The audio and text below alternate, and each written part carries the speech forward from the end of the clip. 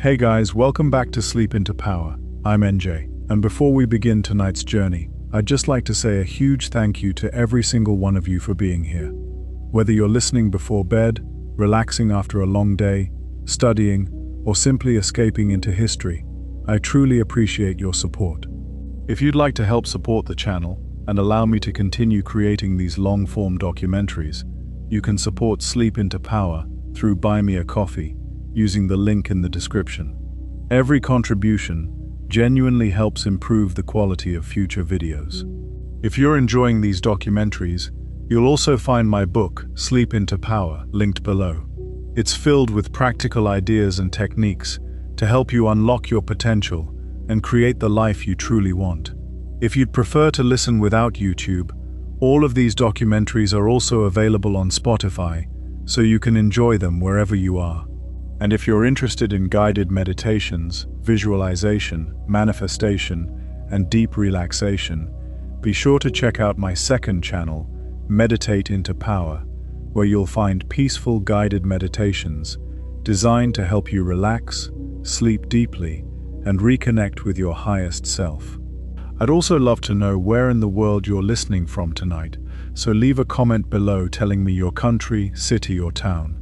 I always enjoy reading them, and it's amazing seeing how this community continues to grow across the globe. And while you're down there, let me know what historical civilization, empire, or mystery you'd like me to cover next. Your suggestions have inspired many of these documentaries, and I genuinely read every recommendation. Now, make yourself comfortable. Dim the lights if you haven't already. Settle into your favorite position. Take a slow, deep breath and simply allow yourself to relax. Tonight, we're traveling back nearly 3,000 years to discover the extraordinary story of ancient Rome. From a small settlement beside the river Tiber to the greatest empire the Western world had ever seen, Rome transformed history forever. Its armies conquered continents, its engineers reshaped cities, its laws laid the foundations for modern civilization, and its influence can still be felt almost everywhere we look today. Together, we'll walk through magnificent temples, bustling marketplaces, towering aqueducts, elegant villas, grand forums, roaring gladiator arenas, and the marble halls of powerful emperors. We'll meet legendary generals, brilliant rulers, fearless soldiers, and ordinary citizens whose daily lives formed the beating heart of one of history's most remarkable civilizations. So close your eyes, but slow your breathing, and allow yourself to drift gently back through the centuries as we journey into the remarkable world of ancient Rome. Long before there was an empire, before the marble and the legions and the emperors whose faces would appear on coins carried to the edges of the known world, there was only the land itself. Italy lies like a long limb reaching down into the middle of the Mediterranean Sea. On a map, it has the shape of a boot, though nobody in the ancient world ever saw it that way, because nobody in the ancient world had ever seen it from above. What they knew instead was the feel of it underfoot. They knew the cold spine of the Apennine Mountains running down the center of the peninsula, gray and forested and difficult, dividing east from west and keeping communities apart for centuries. They knew the fertile plains that lay on either side of those mountains, the volcanic soil that was dark and rich and unusually generous, and the rivers that came down from the high country, carrying silt and fresh water to the lowlands. The climate was gentle by the standards of the ancient world. Winters were mild and wet along the coasts. Summers were long and warm, sometimes fiercely so, but the rains came often enough to keep the wheat growing and the olive trees heavy. Grapes flourished on the slopes. Barley, beans, figs, and pears grew easily. Sheep and goats and pigs could be raised on ground that was too rough for the plow. It was a country that rewarded patience, and there was one more advantage, one that would matter more than any other, though nobody could have known it at the time. Italy sits almost exactly in the center of the Mediterranean. From its western shores, ships could reach Spain and North Africa. From its heel and its eastern coast, they could reach Greece, the Aegean Islands, and beyond them the older civilizations of Egypt and the Near East. Sicily lies just off the toe, close enough to touch, and Sicily was the crossroads of the whole sea. Whoever eventually controlled Italy would find themselves sitting at the center of everything. But that was still very far away. In the centuries around the year 1000, before the Common Era, Italy was not a country and had no name that meant anything like a nation. It was a patchwork of peoples, dozens of them, speaking related but distinct languages, worshipping overlapping but separate gods, farming their valleys and raiding their neighbors, and burying their dead in ways that archaeologists can still distinguish from one another today. In the center of the peninsula, on a plain south of the river Tiber, lived a people called the Latins. Their region was Latium, a stretch of rolling volcanic country with good soil and a chain of extinct craters that had filled with clear blue water to form the Alban lakes. The Latins were farmers first. They lived in villages of round huts made from timber and wattle and thatch, and we know the shape of those huts remarkably well, because they made small clay models of them to serve as funeral urns, and those little houses have survived in the ground for 3,000 years. They shared a language, an early form of Latin, which at that time was a rough and simple tongue spoken by farmers, nothing yet like the polished instrument of Cicero and Virgil. They shared festivals. They gathered at certain times of the year at the sanctuary of Jupiter Latiaris on the Alban Mount, where the communities of Latium would sacrifice a white bull together and divide the meat between them, a ritual acknowledging that they were, in some fashion, one people. But they were not united in any political sense. Each settlement kept its own affairs, its own quarrels, and its own small ambitions. To the north and east of the Latins lived the Sabines, a hill people of the central Apennines. They were tough, conservative, and famously austere. Later Romans looked back on them with a kind of moral nostalgia, the way people in every age look back at a supposedly simpler generation, and told stories about Sabine plainness and honesty as a rebuke to their own luxury. The two peoples lived close enough to trade, to intermarry and to fight, and the earliest history of Rome is full of Sabines appearing on the scene, sometimes as enemies and sometimes as neighbors, who eventually became citizens. Further south lay the Samnites in their mountains, the Oscan-speaking peoples of Campania, the Apulians and Messapians of the Heel. In the far north, beyond the Apennines, lay the great flat basin of the river Po, and beyond that, the Alps. And then there were the Etruscans. Of all the peoples of early Italy, the Etruscans are the most fascinating, and in some ways the most frustrating, because we can see so much of what they made and understand so little of what they said. They lived in Etruria, the region we now call Tuscany and northern Lazio, in the country between the Arno and the Tiber. By the 7th century before the Common Era, they had built genuine cities, walled and planned, with drainage and paved streets, at a time when the Latins were still living in villages of huts. They were metalworkers of extraordinary skill. The hills of Etruria and the island of Elba held copper and iron, and the Etruscans mined them, worked them, and traded them across the sea. Their bronze mirrors, engraved on the back with scenes from myth, are among the most beautiful objects to survive from the ancient world. Their goldsmiths mastered a technique called granulation, fusing thousands of tiny gold beads onto a surface to make patterns so fine that modern jewelers struggled for generations to reproduce it. They buried their dead in vast cemeteries carved into soft volcanic rock, and they decorated the walls of those tombs with painted scenes of banqueting, dancing, hunting, and music. Men and women recline together on couches, cups in hand, wreaths in their hair, while flute players stand beside them. Something in those paintings feels immediate even now. The colors are still warm, the figures still seem to be enjoying themselves. The Etruscan language survives in thousands of inscriptions, and here is the difficulty. We can read it, in the sense that we can pronounce it, because the Etruscans used an alphabet borrowed from the Greeks, but we cannot fully understand it. Etruscan is not related to Latin or Greek or any of the great language families of Europe and Asia. It stands alone.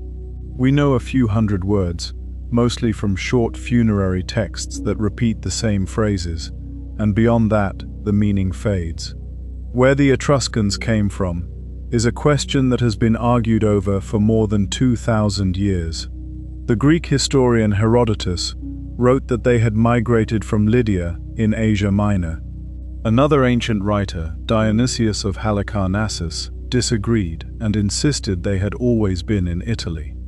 Historians still debate this, and modern genetic studies have complicated rather than settled the argument, generally suggesting deep local roots while leaving room for contact and influence from the Eastern Mediterranean. The honest answer is that we do not know, and may never know with confidence. What is not in doubt is their influence. From the Etruscans, the Romans would take a great deal. The practice of reading the will of the gods in the flight of birds and the livers of sacrificed animals, the chair of office and the purple-bordered toga worn by magistrates, the bundle of rods and the axe carried before a ruler as a symbol of the power to punish and to execute, an object called the fasces that would still be borrowed by governments in the 20th century. The arch, or at least an early enthusiasm for it. Even the drainage engineering that would one day make the Roman Forum possible. And finally, there were the Greeks. Beginning in the 8th century before the Common Era, Greek settlers had crossed the sea in waves and founded cities all along the southern coast of Italy and around the shores of Sicily. Cumae, near the Bay of Naples, Neapolis, the new city, which is Naples today, Tarentum on the instep, Rhegium at the toe, Syracuse in Sicily, which would grow into one of the largest and richest cities in the entire Greek world. The Romans later called this whole region Magna Graecia, Greater Greece, and it was not an exaggeration. These were full Greek cities with temples, theatres, philosophers and coinage. Pythagoras taught at Croton. The temples at Paestum still stand today, honey-coloured and almost complete, their columns catching the light exactly as they did 2,500 years ago. The Greeks brought their alphabet, and the Etruscans adapted it, and the Latins adapted it again, and that is why the letters on this screen exist. They brought the vine and the olive in cultivated form. They brought the idea of the city as a planned space with a public square at its heart. They brought their gods, who slowly merged with local gods until Zeus and Jupiter became difficult to separate. So this was Italy before Rome. Etruscan cities in the north, wealthy and mysterious. Greek cities in the south, cultured and quarrelsome. Latin and Sabine villages in the middle, poor and unremarkable, tucked into the hills above a muddy river. Nothing about it suggested what was coming. And yet the geography was quietly doing its work. The Tiber was the largest river in central Italy, and it was navigable for small craft from the sea. Somewhere along its lower course, there was a place where an island split the water into two shallow channels and made it possible to cross without a boat. Salt was produced in pans at the river's mouth, and salt was precious, and it had to be carried inland along a track that passed exactly by that crossing. A cluster of low hills stood beside it, steep enough to defend, high enough to escape the marsh and the summer fevers of the valley floor. Traders came through, herders came through. Anyone moving north or south along the western coast came through. It was, in truth, a very ordinary place. But it sat on the junction of a river crossing and a salt road, and in the ancient world that was worth more than gold, people began to settle there. Every civilization tells a story about how it began, and the story the Romans told about themselves is one of the strangest and most memorable ever invented. It begins not in Italy at all, but in the ruins of Troy. According to the legend, as the Romans eventually assembled it, when the Greeks finally took Troy and burned it, a Trojan prince named Aeneas escaped the flames, carrying his elderly father on his back, and leading his young son by the hand. He gathered the survivors, put them aboard ships, and wandered the Mediterranean for years, driven by storms and by the anger of the goddess Juno. He came at last to Italy, fought a war against the local peoples of Latium, married a Latin princess, and founded a line of kings. His son built a city called Alba Longa in the Alban Hills, and there the descendants of Aeneas ruled for generations. That, at least, was the bridge the Romans built between themselves and the heroic age of Greek myth. It gave them ancestors as old as the ones the Greeks boasted of, which mattered a great deal to a people who were forever conscious of being latecomers. But the story that Romans truly loved, the one carved on monuments and stamped on coins, and told to children, begins several centuries later with two brothers. The king of Alba Longa was a man named Numitor. He was, by the account handed down, a just and gentle ruler, and he had a younger brother named Amulius, who was neither. Amulius wanted the throne. He seized it, drove Numitor out, and then set about making certain that no descendant of his brother could ever come back to challenge him. He killed Numitor's sons, and for Numitor's daughter, Rhea Silvia, he devised something he believed was cleverer than murder. He made her a priestess of Vesta, goddess of the hearth. The Vestals were sworn to chastity for the whole of their long service. A woman who entered that order could have no children, and so, Amulius reasoned, the line would simply end. It did not end. Rhea Silvia became pregnant, and when the twins were born, she named the god Mars as their father. Whether the Romans of later centuries truly believed this is an interesting question. Livy, writing under Augustus, records the claim and then adds, rather dryly, that she may have said it to cover a more ordinary and more shameful truth. He leaves the reader to decide. Amulius did not hesitate. He had the mother imprisoned, and he ordered the babies drowned in the Tiber. The servants given this task carried the twins down to the river, but the Tiber was in flood, spread wide and shallow across the low ground, and rather than wade out into the current, the servants left the basket at the edge of the water and went away. The flood receded. The basket came to rest at the foot of the Palatine Hill, beneath a wild fig tree, and there, in the most famous image in Roman art, a she-wolf came down to drink, heard the children crying, and instead of killing them, lay down and let them feed. A woodpecker, another bird sacred to Mars, is said to have brought them food as well. The wolf sheltered them in a cave on the hillside, a place the Romans called the Lupercal, and they marked its location and honored it for the next 1,000 years. Eventually, a shepherd named Faustulus found the children, took them home, and he and his wife Acca Larentia raised them as their own. The boys grew up among herdsmen on the hills above the Tiber, and they grew up formidable, leading their companions in hunts and in raids against brigands.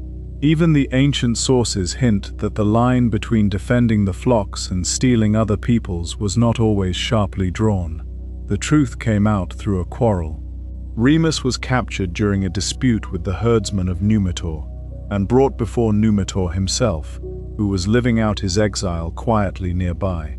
The old man looked at the young man's face and did the arithmetic of years.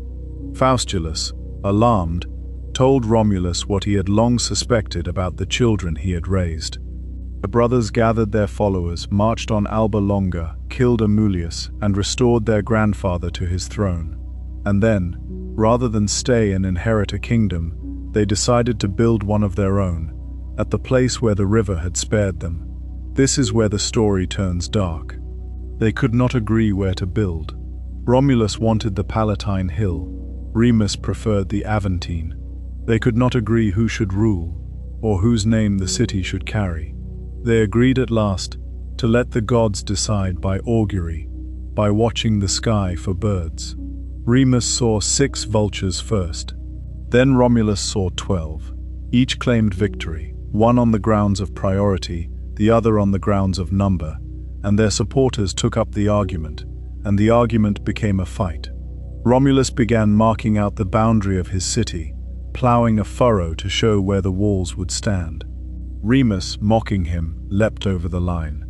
Romulus killed him. Some versions say the blow was struck by a follower rather than by Romulus himself, and the ancient writers were clearly uncomfortable with the whole episode. But the essential shape of the story stayed the same, and the Romans did not hide from it. Their city was founded on the murder of a brother, and the man who did it gave the city his name, Rome, Roma, founded by the traditional reckoning that later scholars calculated on the 21st day of April in the year 753 before the Common Era. The new city needed people, and Romulus is said to have solved that problem by opening a sanctuary on the Capitoline Hill, where anyone could come and be accepted, no questions asked. Exiles, runaways, debtors, criminals, and landless men came in. It made Rome populous, but it made Rome overwhelmingly male, and the neighboring communities refused to give their daughters in marriage to such a place. So Romulus invited the Sabines to a festival. In the middle of the games, at a signal, the Romans seized the young Sabine women and carried them off. The story is usually called the rape of the Sabine women, using the old sense of the word, meaning seizure or abduction. War followed, as it had to. The Sabine king Titus Tatius took the Capitoline by treachery, and the two armies met in the marshy valley between the hills.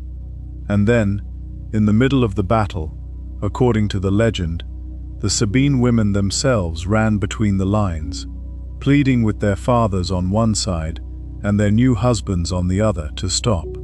The fighting halted. The two peoples agreed to become one, ruling jointly until Tatius died, and the valley where they made peace was drained and paved, and became the Roman Forum. Now, how much of this is history? Almost none of it, in the form we have just heard. That much can be said plainly. The earliest surviving accounts were written down some 700 years after the events they describe, by authors like Livy and Plutarch, who were working from older Roman traditions, from Greek writers, and from a good deal of patriotic reconstruction. Livy himself opens his history by saying that stories from before the city's founding are better suited to poetry than to sober record, and that he has no intention of either confirming or denying them.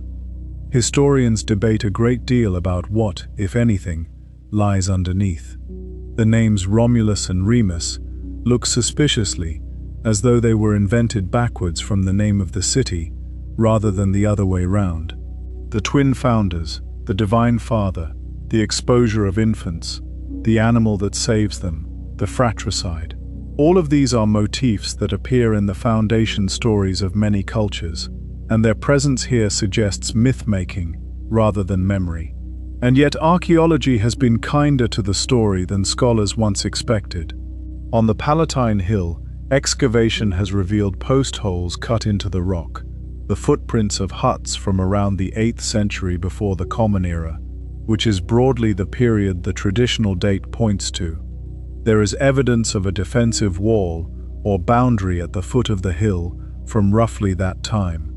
The burials in the Forum Valley change character in the same era, shifting in a way that suggests the low ground stopped being a cemetery and started being used for something else, which is what you would expect if a scattered group of hilltop villages was consolidating into a single community with a shared public space.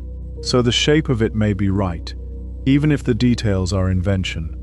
Not a city founded in a single day by a single man, but a slow coalescence of settlements on a cluster of hills above a river crossing, drawing in people from Latin and Sabine and Etruscan backgrounds, until at some point in the 8th or 7th century, it became something that deserved to be called a city. The bronze she-wolf that stands in Rome today, the one that appears in every guidebook, has its own contested history. The wolf herself was long believed to be an Etruscan work of the 5th century before the Common Era, while the two infants beneath her were added in the Renaissance. More recent scientific analysis has suggested the wolf may be medieval, and historians and art historians continue to argue about it. She remains, in every sense, a symbol that resists being pinned down. What matters in the end is not whether Romulus existed. What matters is that the Romans believed something like this about themselves, and that belief shaped them. They thought of themselves as descended from a mixed and desperate crowd who had been given a second chance. They thought of themselves as a people who had absorbed their enemies rather than destroyed them, taking in Sabines and later Etruscans and Latins and Gauls and Africans and Syrians, extending citizenship outward in a way that no Greek city ever seriously considered. And they thought of themselves as founded in blood, under a sign from the gods, on a hill beside a river, for a purpose. Let that settle for a moment. The hills at dusk, the smell of wood smoke from the huts, the river moving quietly below in the dark, the same river, in the same place, where the whole thing is said to have begun. For roughly 2.5 centuries after its founding, Rome was ruled by kings. 7 of them, according to tradition, which is a suspiciously tidy number for such a long stretch of time. 244 years divided among 7 men gives each of them an average reign of nearly 35 years, which is longer than the reigns of most hereditary monarchs in recorded history, let alone elected ones. Historians have noticed this for a very long time, and the general view is that the list of 7 kings is a compression, a simplified framework onto which older memories have been hung. There may have been more kings. Some of the 7 may be composites, some may not have existed at all.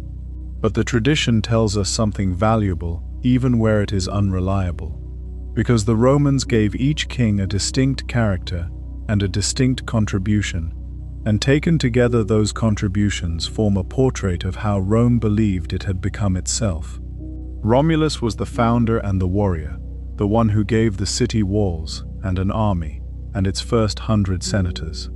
His end, in the legend, is as strange as his beginning. During a review of the army on the field of Mars, a sudden violent storm came down, the air thickened with cloud, and when it cleared, the king had vanished. He had been taken up by the gods, said his supporters, and would watch over Rome as the god Quirinus. Livy notes, without much sympathy, that a few people muttered at the time that the senators had torn him to pieces and hidden the body. Numa Pompilius came next, and he was chosen rather than born to the role. He was a Sabine, which mattered, because it made the point that Rome's kingship was not the property of one people. Where Romulus had given Rome war, Numa gave it religion. He is credited with almost the entire framework of Roman public worship. The calendar, reformed to 12 months. The great colleges of priests. The office of Pontifex Maximus, chief priest, a title that would eventually be worn by emperors and then, much later, in an unbroken thread of vocabulary, by popes. He founded the Order of the Vestal Virgins to keep the sacred fire of the city alight. He built the Temple of Janus, whose doors stood open in time of war and closed in time of peace, and which in the whole of Roman history was closed only a handful of times. Numa's reign is remembered as 43 years of quiet. He was said to have received his instruction from a divine woman named Egeria, who met him in a sacred grove beside a spring. It is a lovely image, and it tells you how the Romans wanted to think about the origins of their religion, not as something invented by politicians, but as something whispered to a good king in a wood at night. Tullus Hostilius, the 3rd king, was the opposite. He made war on Alba Longa, the mother city of Rome, and destroyed it, moving its population inside Roman walls. It is during his reign that the tradition places the famous duel of the Horatii and the Curiatii, 3 brothers against 3 brothers, chosen to settle a war without the cost of a battle. Ancus Marcius, the 4th, was Numa's grandson, and he combined both strands. He fought when he had to, but he is chiefly remembered for extending Rome towards the sea, founding the port of Ostia at the Tiber's mouth to control the salt beds, and for building the first bridge across the river, the Pons Sublicius, made entirely of wood and famously constructed without a single piece of iron, so that it could be dismantled quickly if an enemy approached from the far bank. And then the kingship changed hands in a way that would leave a permanent mark. The last three kings were Etruscan, or at least connected to Etruria. The fifth, Lucius Tarquinius Priscus, was said to have come to Rome from the Etruscan city of Tarquinii, the son of a Greek merchant who had settled there. He arrived as a wealthy outsider, made himself useful, won the favor of Ancus Marcius, and after the king's death, persuaded the assembly to elect him. He brought Etruscan taste and Etruscan engineering with him. Under Tarquin and his successors, Rome stopped looking like a large village and started looking like a city. The valley between the Palatine and the Capitoline was still a marsh, filling with water every time the Tiber rose, unusable for anything but grazing and burial. Tarquin ordered it drained. The channel they cut to carry the water away was called the Cloaca Maxima, the Great Drain, and it was one of the earliest large-scale public works in Italy. It began as an open ditch and was later covered and vaulted in stone. Parts of it are still in use today, still carrying water into the Tiber after 2,500 years, which is a fact worth sitting with for a moment. Rome's oldest surviving piece of infrastructure is its sewer. With the valley drained, the ground was leveled and paved, and the Roman Forum came into existence. Shops appeared along its edges. Meetings were held there. It became the place where Roman public life happened, and it would remain so for 1,000 years. Tarquin also began the great temple on the Capitoline Hill, dedicated to Jupiter Optimus Maximus, Jupiter best and greatest, along with Juno and Minerva. It was enormous by the standards of the day, built on a high podium in the Etruscan manner, with a deep porch of widely spaced columns and a terracotta statue of the god on the roof, driving a 4-horse chariot. He laid out the Circus Maximus in the valley between the Palatine and Aventine, where chariot races would be held for the next 1,000 years. The sixth king, Servius Tullius, is one of the most interesting figures in the whole tradition, partly because the stories about his origins are so peculiar. He was said to be the son of a slave woman in the royal household. As a child, according to the legend, flames were seen playing about his head while he slept, harming nothing, and the queen recognized this as a sign and had him raised as a prince. Whatever the truth of that, Servius is credited with 2 enormous reforms. The first was a census, dividing the citizen body into classes according to wealth, and organizing those classes into voting units and military units at the same time. This linked property, political voice, and military obligation together in a single structure, and that linkage would define Roman politics for centuries. The richest citizens could afford the best equipment, served in the most prestigious positions, and had the greatest weight in the assembly. It was not democracy in any Athenian sense. It was a system in which a wealthy minority could outvote everyone else, quite legally, because the votes were counted by group rather than by head.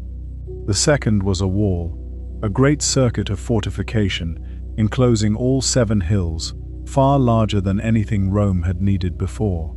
Here the tradition and the archaeology part company somewhat, because the surviving stretches of the so-called Servian Wall date from the 4th century before the Common Era, some 200 years after Servius. Historians generally think there was an earlier defensive line that the later wall replaced or followed. Sections of the 4th century wall still stand, and one of the most photographed pieces of it is outside Rome's main railway station, sitting quietly among the taxi ranks. The 7th and last king was Lucius Tarquinius Superbus, Tarquin the Proud.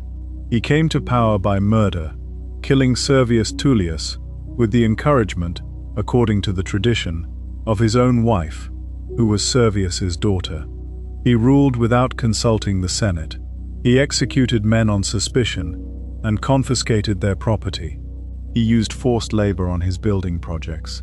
including the completion of the great Capitoline Temple, and he treated the Senate as an ornament rather than a council. And in the end, it was not his politics that destroyed him, but his family. The story, as Livy tells it, is that Tarquin's son Sextus forced himself on Lucretia, the wife of a Roman nobleman, while a guest in her house. Lucretia summoned her father and her husband the next day, told them what had happened, made them swear vengeance, and killed herself in front of them. A relative of hers, named Lucius Junius Brutus, pulled the knife from her body, held it up, and swore by it that he would drive out the kings. Rome rose. Tarquin, away with the army, found the gates shut against him. The monarchy ended, and it ended so completely that for the next 500 years, the word for king, rex, was one of the most dangerous accusations that could be made against a Roman politician. Historians debate how much of this can be trusted. The Lucretia story has the shape of moral literature rather than reportage. The expulsion of the Tarquins may have been less a popular uprising than a shift in power among aristocratic families, and it may have been a gradual process rather than a single dramatic night. There is even a possibility, based on Etruscan sources, that Rome fell under the control of another Etruscan warlord, Lars Porsena, in this period, something the Roman tradition works very hard to deny. But something happened, and the shape of what came after is clear enough. By the end of the 6th century before the Common Era, Rome was no longer a village. It had a drained forum, paved streets, a great temple on the hill, a bridge, a port, a wall, a racecourse, a census, an army organized by property class, and a population that may have reached 30,000. It was already one of the largest cities in Italy. The Etruscan kings had given it the physical form of a city, and then Rome threw the kings out and kept everything they had built. What replaced the monarchy was not a democracy, and it was not designed by anyone. The Roman Republic grew the way a coastline grows, by accumulation and erosion, one crisis at a time, over the course of 2 centuries. Nobody sat down and wrote a constitution. The Romans themselves believed this was its greatest strength. The Greek historian Polybius, who studied the Roman system closely in the 2nd century before the Common Era, argued that it worked precisely because it had not been invented by a single lawgiver, but had been shaped by experience and by repeated collision with disaster. The founding principle was simple and negative: never again one man. So instead of a king, there were 2 chief magistrates, later called consuls, and they held office for a single year. 2 of them, so that each could veto the other. 1 year, so that neither could accumulate a following. When their term ended, they went back to being ordinary senators, and someone else took the chair. The consuls held the imperium, the formal power of command, and they were preceded in public by attendants called lictors, carrying the fasces, that Etruscan bundle of rods with an axe. Inside the city, the axe was removed, because inside the city a citizen had the right of appeal against a death sentence. Outside the city, on campaign, the axe went back in. That small physical detail says a great deal about how the Romans thought about power. It was real, it was visible, and it was fenced. Alongside the consuls stood the Senate. The Senate was not in origin a legislature. It was a council of elders, of men who had held high office, and formally it only advised. But it advised continuously, and it never went out of session, and it contained every man of experience in the state, while the consuls changed every 12 months. In practice, the Senate controlled foreign policy, the treasury, the assignment of provinces and commands, and the interpretation of religious obligation. Its decrees were technically only recommendations. In practice, ignoring them was almost unthinkable. Below and around these institutions stood the assemblies of the citizens, several of them organized in different ways, which elected magistrates and passed laws, and, in earlier centuries, tried certain serious cases. The assemblies had real power. They could not, however, debate. A magistrate summoned them, put a proposal, and they voted yes or no. Discussion happened beforehand, in informal meetings, and it was managed by the men who called them. And running through the whole structure was a division that would shape Roman history for 200 years. The patricians were a closed group of aristocratic families who claimed descent from the earliest senators. They held a near monopoly on the priesthoods, and through the priesthoods on the calendar and the auspices, and therefore on the timing and legitimacy of public business. In the earliest republic, they held the consulship exclusively. They could not, by law, marry outside their own order. Everyone else was a plebeian. That included the desperately poor, but it also included men of considerable wealth who simply lacked the right ancestors. This second group is the key to understanding what followed, because a poor man with no options rarely changes a constitution. A rich man barred from office often does. The conflict between these two orders is called the struggle of the orders, and it lasted, in its main phase, from around the beginning of the 5th century to the beginning of the 3rd. What is remarkable about it is how little blood was spilled. The plebeian weapon was not revolt, it was withdrawal. On several occasions the plebeians simply left. They walked out of the city in a body, took up position on a nearby hill, and stopped. They stopped working, stopped trading, and, crucially, stopped serving in the army.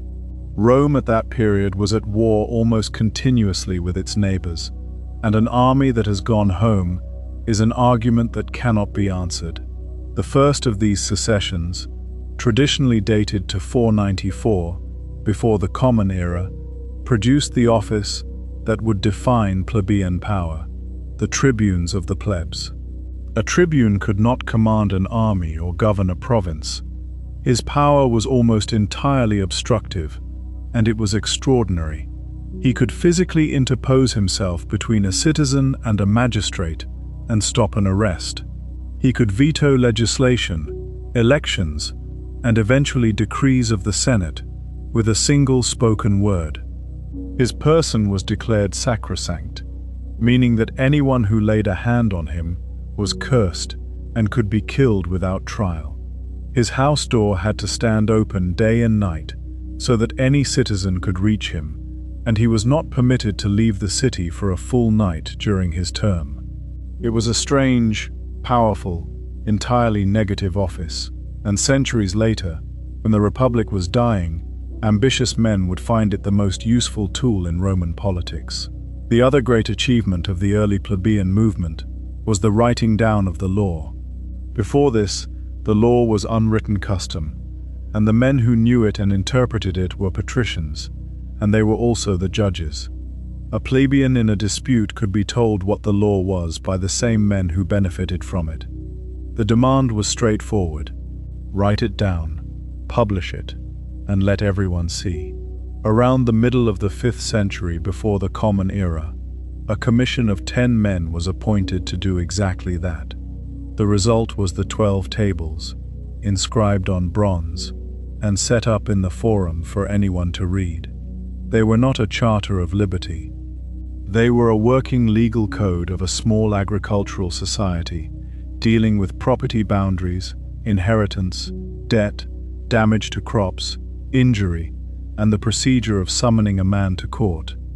Some of the provisions are brutal by any standard. A father's power over his household was near absolute. A debtor who could not pay could be bound and sold. There were fixed penalties for breaking a bone, and a distinction between a free man's bone and a slave's. But they were public, and they were fixed. And the principle they established, that the law is a thing that exists outside the person applying it, and can be checked, is one of the foundations of everything that came after. Roman schoolboys were still learning the 12 tables by heart 400 years later. Cicero remembered chanting them as a child. The rest of the struggle of the orders was a slow series of concessions. The ban on marriage between the orders was lifted. Plebeians won access to the consulship, and then to the other magistracies, and finally to the priesthoods. Around the year 287 before the Common Era, a law established that resolutions passed by the plebeian assembly were binding on the whole state, and the long contest effectively ended. And here is the twist, and it is the kind of twist that makes Roman history endlessly interesting. The plebeians won, and nothing much changed for most of them. What happened was that the wealthiest plebeian families joined the patricians to form a new governing class, a nobility defined not by ancient blood, but by office holding. If your ancestors had been consuls, you were noble. The old exclusive club had simply widened its door and admitted the richest of the people outside it, and then closed again. The poor plebeian farmer still had his debts. He still had to serve in the legions, often for years at a stretch, while his farm went untended. He still had very little real voice in an assembly weighted towards wealth. That unresolved problem sat quietly underneath Roman politics for 200 years, while Rome conquered the Mediterranean. And then, in the 2nd century before the Common Era, it would come up through the floorboards and tear the Republic apart. But that is a long way ahead of us tonight. For now, picture the Forum in the early Republic, a rectangular open space, dusty in summer, muddy in winter, with the drain running beneath it. Temples along the edges, still built of timber and terracotta rather than marble. A speaker's platform decorated with the beaks of captured warships, which is why we call such a platform a rostrum, from the Latin word for a ship's ram. Men in plain wool togas standing in groups, arguing, waiting for the auspices to be read, watching the sky for birds. Not yet magnificent, but already, unmistakably, a machine for making decisions. Rome's conquest of Italy took roughly 250 years, and for most of that time, nobody would have described it as a conquest. It looked more like an unusually persistent neighborhood dispute. The early Republic fought its wars within a few days' march of the city. Against the Etruscan city of Veii, only 10 miles away across the Tiber, a rival so close that the two could see each other's territory. Against the Aequi and the Volsci, hill peoples who raided down into the plain.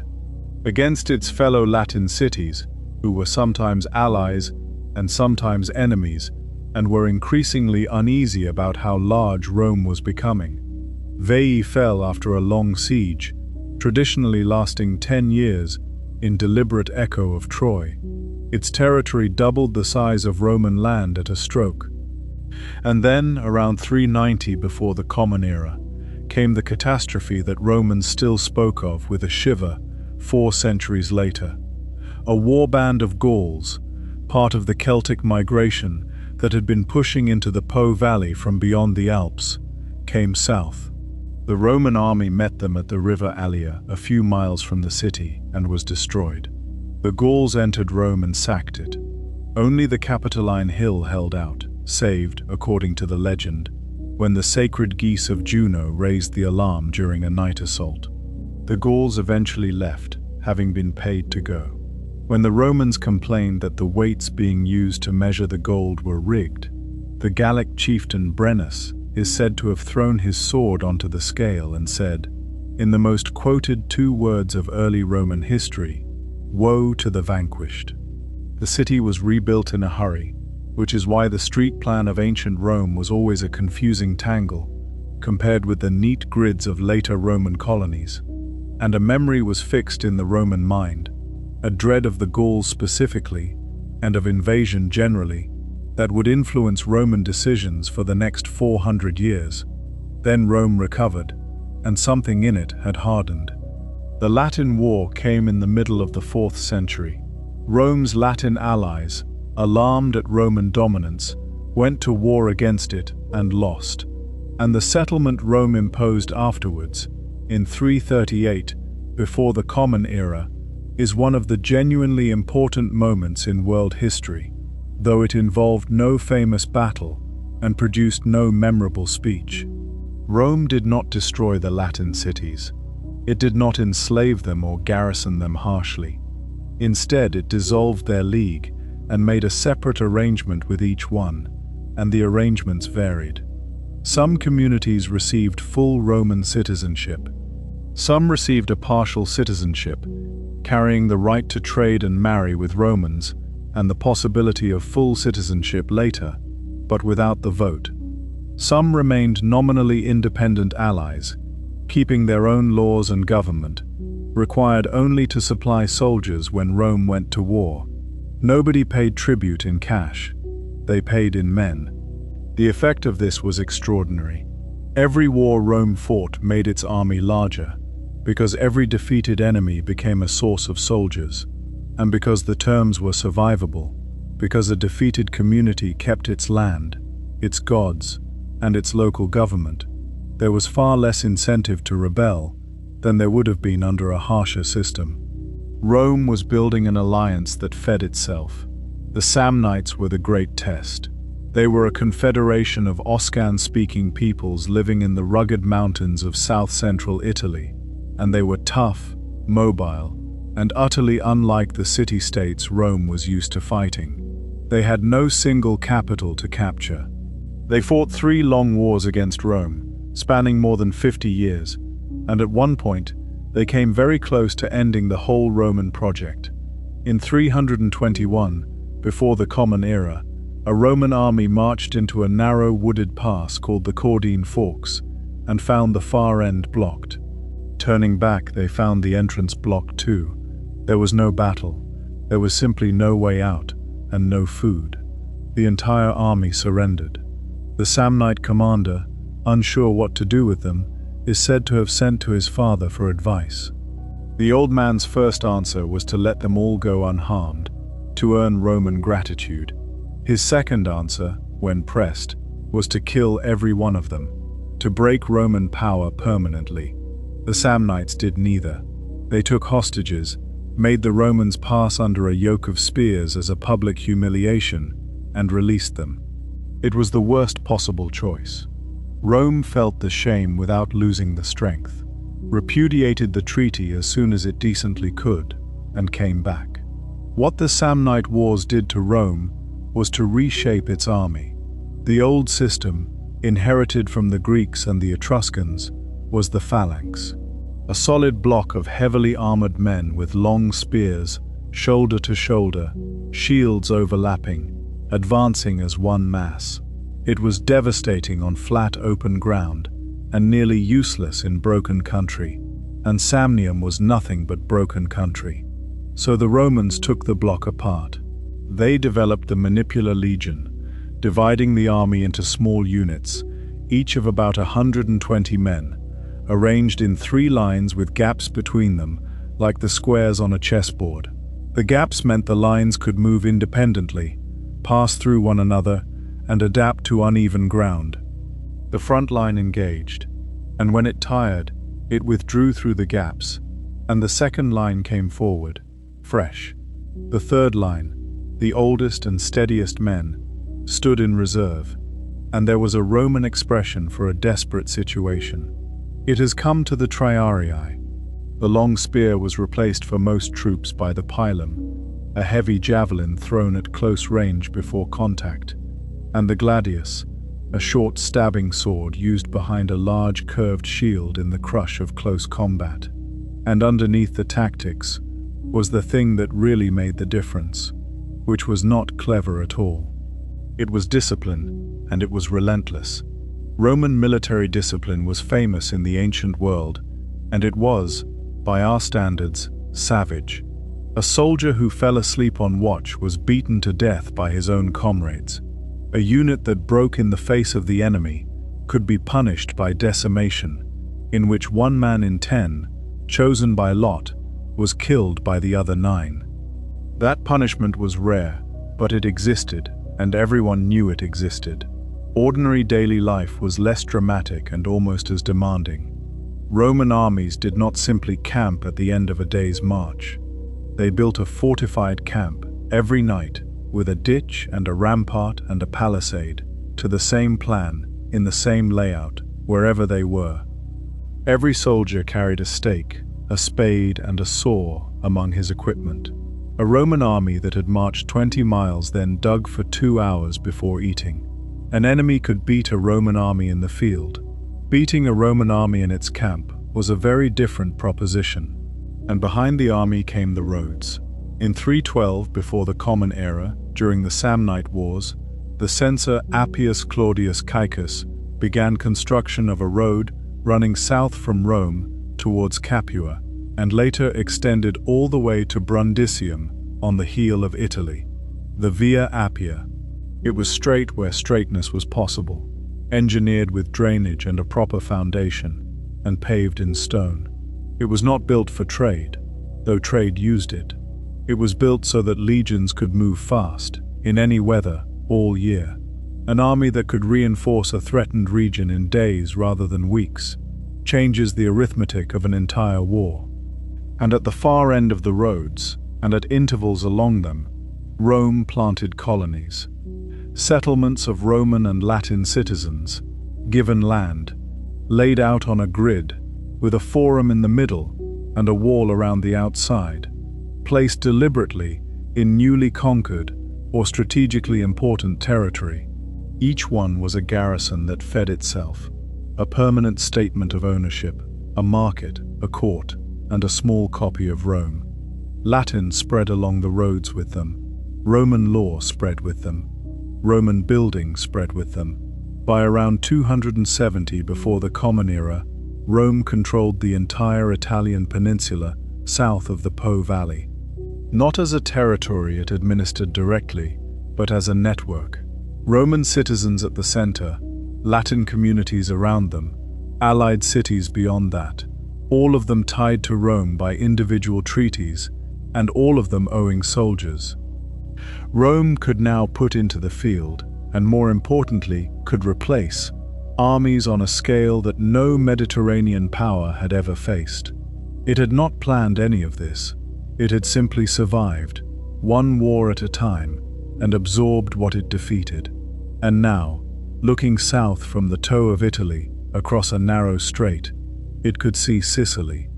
And on the far side of Sicily, across the sea in North Africa, there was another power that had been growing quietly for 600 years, richer than Rome, with a better navy and a wider trading network, and a temperament entirely its own: Carthage.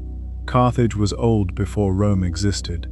It had been founded, according to tradition, by settlers from the Phoenician city of Tyre in the 9th century before the Common Era, on a headland in what is now Tunisia, where a spur of land runs out into the sea, with a lagoon behind it.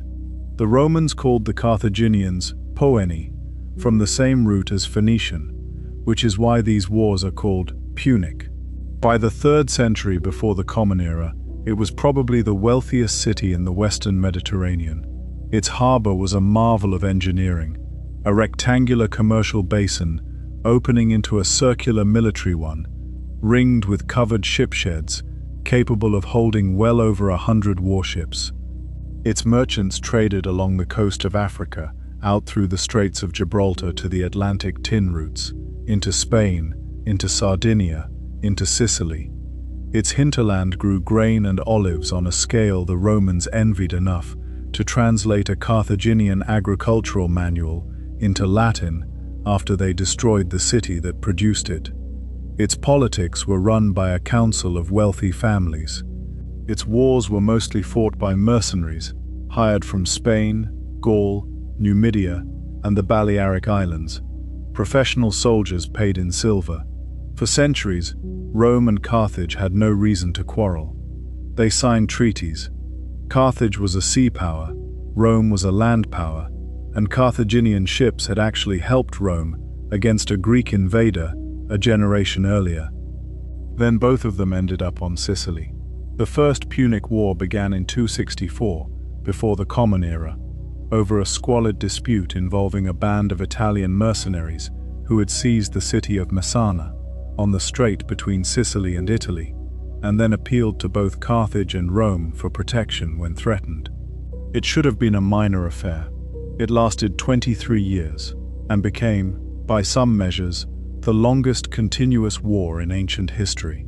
Rome discovered almost immediately that it could not win a war in Sicily without a fleet, and Rome had no fleet worth the name. So it built one. Polybius records the tradition that the Romans copied a wrecked Carthaginian warship that had run aground, and trained their rowers on benches set up on dry land while the ships were being built. The story may be a simplification, and Rome certainly drew on the shipbuilding expertise of its Greek allies in southern Italy.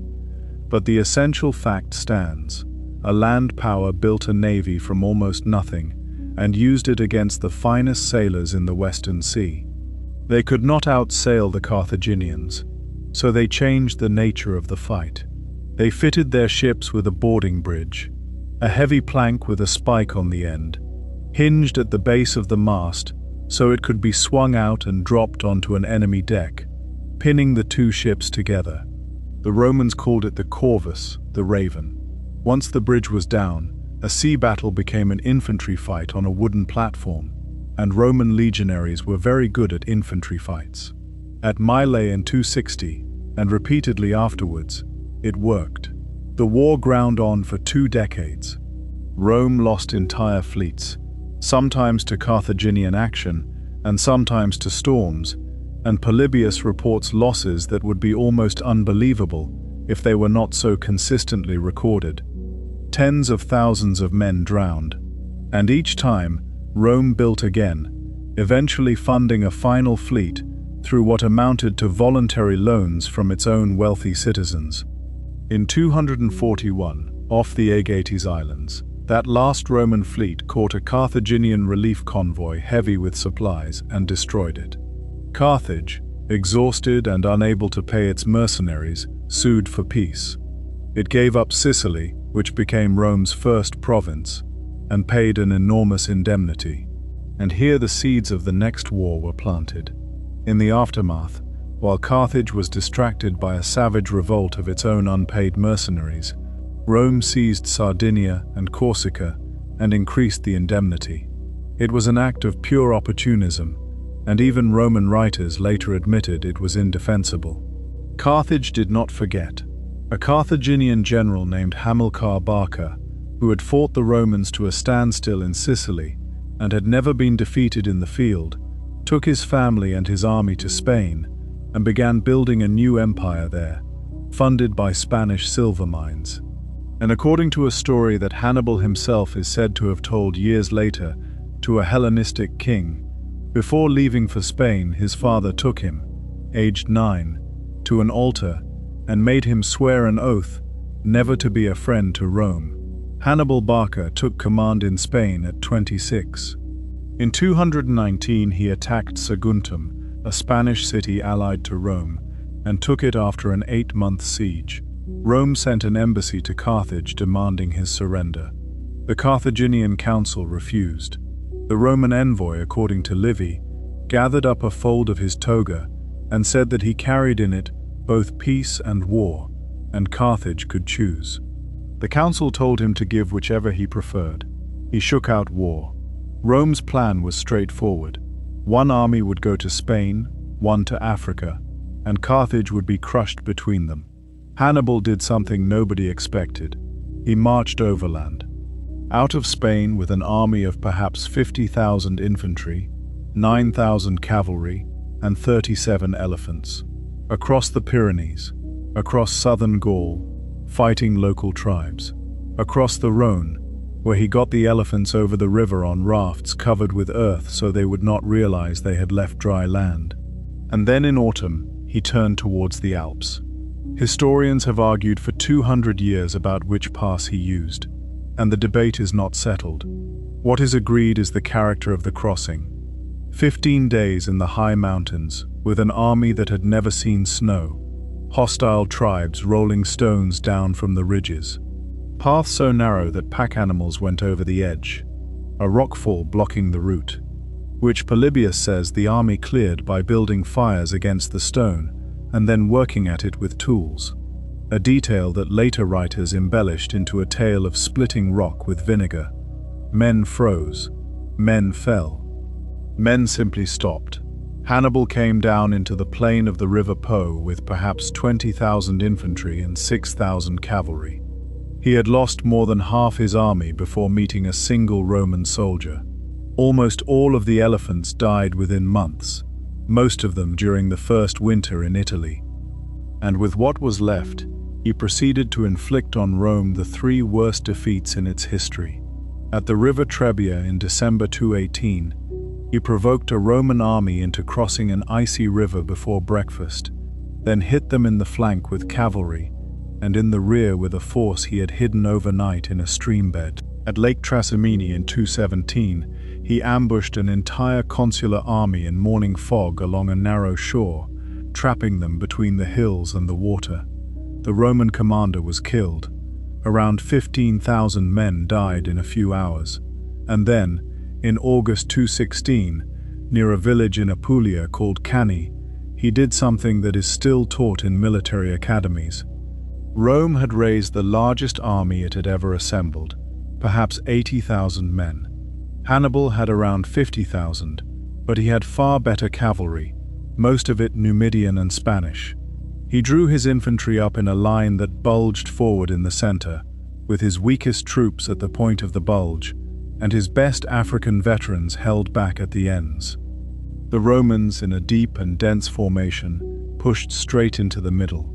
The Carthaginian center gave ground slowly, and the bulge inverted, and the Roman mass poured into the hollow.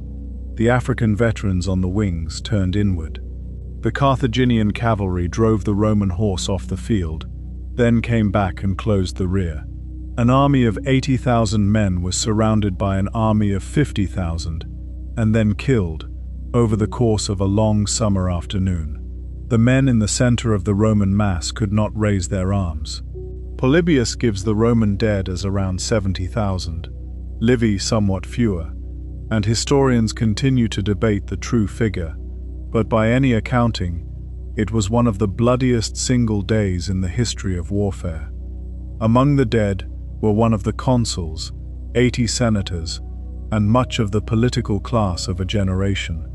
After Cani, Hannibal's cavalry commander is said to have urged him to march on Rome at once, and, when refused, to have told him that he knew how to win a victory, but not how to use one. Hannibal did not march. Historians debate this endlessly. He had no siege train, his army was small, and Rome's walls were formidable. But the question hangs over the whole war. What happened next is the reason Rome won. Rome did not surrender. There was no negotiation, no embassy, no discussion of terms. The Senate forbade public mourning. It raised new legions, including one of slaves promised their freedom, and another of boys below the usual age. And it adopted a strategy associated with Quintus Fabius Maximus, who had been mocked as the delayer for it. The strategy was to refuse battle, to shadow Hannibal, harass his foragers, retake the towns that defected to him, and never, under any circumstances, meet him in the open field. It was humiliating and unpopular, and it worked. Hannibal marched up and down Italy for over a decade, undefeated and unable to win, unable to take Rome, unable to break the Italian alliance system except at its edges, and unable to get reinforcements because Rome's fleet controlled the sea, and Roman armies were dismantling his family's power base in Spain. When his brother Hasdrubal finally brought an army over the Alps to join him in 207, a Roman force intercepted it in the north at the river Metaurus and destroyed it. The first Hannibal knew of it was when Hasdrubal's head was thrown into his camp, and in Spain, a young Roman commander was learning Hannibal's methods and improving on them. Publius Cornelius Scipio had been at the Trebia as a teenager, where he is said to have saved his father's life, and at Cani, where he was one of the few officers to hold a group of survivors together. He was given command in Spain at 25, an age at which he should have held no command at all, and he took the Carthaginian capital there, New Carthage, in a single day, partly by sending troops wading across a lagoon that the defenders believed impassable. Then he went to Africa. Hannibal, after 15 years in Italy, was recalled to defend his own city. In 202, the two men met near a place called Zama. It is said, though it may be a later invention, that they spoke together before the battle. Scipio had learned. He had also brought Numidian cavalry of his own, having spent years cultivating a Numidian prince named Massinissa, and for the first time in the war, Hannibal was the one who was outnumbered in horse. Scipio arranged his infantry in columns with lanes between them, so that Hannibal's elephants charged straight through and out the back without breaking the line. The Roman and Numidian cavalry drove the Carthaginian horse from the field, returned, and struck the Carthaginian rear. Cannae, more or less, in reverse. Carthage surrendered. It gave up Spain, its fleet, and its right to make war without Roman permission, and accepted an indemnity to be paid over 50 years. Scipio took the name Africanus. Hannibal, remarkably, went into politics, reformed Carthaginian government, was driven into exile by his enemies at home, wandered the eastern Mediterranean, advising kings against Rome, and finally took poison rather than be handed over. 50 years later, Carthage had paid off its indemnity and was prosperous again. It was no longer a military threat in any serious sense, but there was a faction in the Roman Senate that could not accept its existence, and one senator, Cato the Elder, is said to have ended every speech he made, on any subject at all, with the declaration that Carthage must be destroyed. In 109, Rome found a pretext. Carthage had gone to war with Massinissa's Numidia to defend itself against raids, which technically broke the treaty. Rome demanded hostages, then weapons, then that the population abandon their city and move 10 miles inland. The Carthaginians refused that last demand and prepared to die. The siege lasted 3 years. When the walls were finally breached in the spring of 146, the fighting went on for 6 days, street by street, house by house, the Romans working across the rooftops because the streets were impassable. The Roman commander was Scipio Aemilianus, the adopted grandson of Africanus. Polybius, who was there as his tutor and friend, records that as the city burned, Scipio wept, and quoted a line from Homer about the day when Troy would fall, because he was thinking that one day the same thing would happen to Rome. The survivors were sold into slavery. The city was demolished. The story that the Romans sowed the ground with salt so that nothing would grow appears in no ancient source at all, and historians now regard it as a 19th century invention. In the same year, Rome destroyed the Greek city of Corinth. By 164, the Common Era, Rome had no rival in the Mediterranean. Sicily, Sardinia, Corsica, Spain, North Africa, and Macedonia were provinces. The kingdoms of the East were clients, waiting their turn. The sea that the Romans would come to call simply our sea was, in every practical sense, theirs. And that success brought problems that no Roman had anticipated. Enormous wealth flowed into Italy, and it flowed to the men who commanded the armies and governed the provinces. Enormous numbers of slaves flowed in with it, and they were put to work on great estates that swallowed the small farms of the soldiers who had won the wars. Those soldiers, coming home after years abroad, often found nothing to come home to, and drifted into the city. The Republic had defeated every external enemy it would ever face. It would not survive the consequences. Let us leave the wars for a while, and go into the city itself. Not the marble Rome of the postcards, but the living one.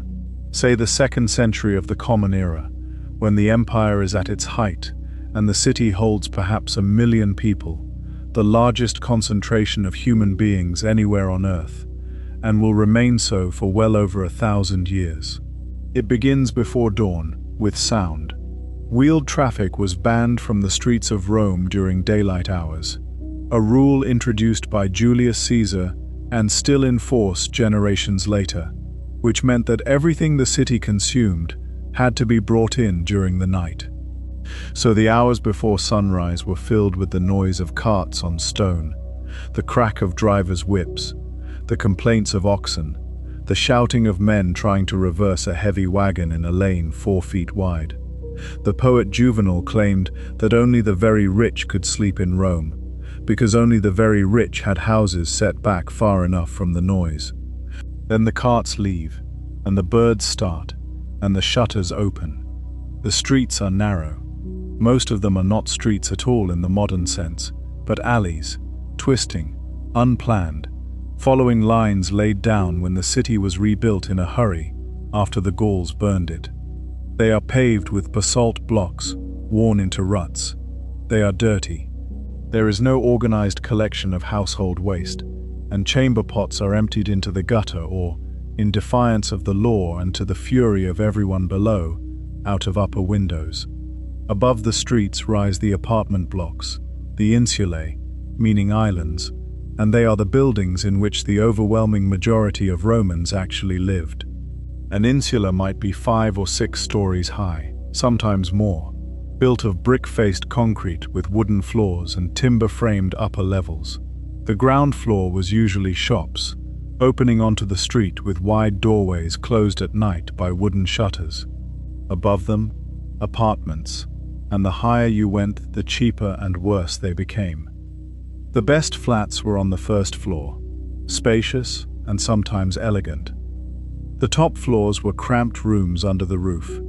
There was no running water above the ground floor. Water came from public fountains at street corners, where it ran continuously, day and night, from the aqueducts, and it had to be carried up the stairs in jars. There were no fireplaces or chimneys in most flats, so cooking was done on portable charcoal braziers, and heating too, which produced fumes in unventilated rooms. There were no lavatories in most flats either. There were public latrines, and there were chamber pots, and there were jars outside the fullers' shops, because the fullers used stale urine to clean cloth, and were happy to have a free supply. Fire was the terror of the insulae, and collapse was the other. Buildings went up quickly, sometimes badly, and Roman writers refer to them falling down with a casualness that is quite alarming. Augustus imposed a height limit of around 70 feet, and Trajan later reduced it, which tells you the problem had not gone away. At street level, though, the city is wonderful. There are shops selling everything, bakeries, with the great cylindrical millstones turned by donkeys and the domed ovens behind, the smell of bread reaching down the street, butchers, fishmongers, wine merchants with rows of amphorae, barbers working in the open air, gossiping, cobblers, dyers, potters, lamp makers, jewelers, booksellers, with scrolls stacked in pigeonholes. There are food bars, called thermopolia, which are the ancestors of every takeaway counter that has ever existed. A masonry counter faces the street, with large ceramic jars set into it, holding hot food and drink. You stand, or perch, and eat. Most people in the city had no proper kitchen, so this is how a great many Romans ate most of their meals. The food itself would be partly familiar, and partly very strange. Bread is the foundation of everything. Wheat mostly, grown in Sicily, Africa, and above all Egypt, shipped across the sea in enormous grain freighters, and distributed to a large portion of the population, free or at subsidized prices. Then olives and olive oil, used for cooking, lighting, washing, and medicine. Wine, always mixed with water, because drinking it neat was considered the mark of a barbarian or a drunk. Vegetables, lentils, chickpeas, beans, cabbage, leeks, onions, cheese, eggs. Fruit in season, figs and apples and grapes and dates. Meat was expensive and occasional for most people, more common at festivals when sacrificed animals were distributed. Pork was the favorite. Fish and shellfish were popular, and sea urchins and oysters were prized. And over almost everything went garum. Garum was a fermented fish sauce, made by layering small fish and fish guts with salt in a vat, and leaving them in the sun for weeks or months until they liquefied, then straining off the liquid. It sounds appalling, and it was in fact the single most characteristic flavor of Roman cooking, used the way soy sauce or Worcestershire sauce is used today. The best grades were expensive luxury goods, shipped in labeled jars from Spain and North Africa. Modern Southeast Asian fish sauces are made by essentially the same method, so the taste is not lost to us. For the rich, dinner was a performance. Guests reclined on couches around three sides of a low table, leaning on the left elbow, eating with the right hand and with spoons, since forks were used in the kitchen but not at table. Courses came in sequence, and a wealthy host might serve dormice, peacock, flamingo tongues, and other extravagances precisely because they were absurd, and everyone would talk about them afterwards. For everyone else, dinner was bread, a stew of beans and vegetables, some cheese, watered wine, and possibly a little pork. Clothing was simpler than the statues suggest. The basic garment for everyone was the tunic, a rectangle of wool sewn at the shoulders and sides, belted at the waist, knee length for men and ankle length for women. In cold weather you wore two. Wool was the ordinary fabric, undyed or dyed in whatever colors were affordable, and linen was used as well. Silk came from China along the trade routes and cost a fortune. The toga was the formal dress of the Roman male citizen, and only of the citizen. It was a vast semicircle of white wool, up to 20 feet across, draped over the left shoulder, wrapped under the right arm, and back over the left, with the folds arranged in a particular way that required practice and, for the wealthy, a slave who was good at it. It was heavy, hot, and impossible to work in, which was exactly the point.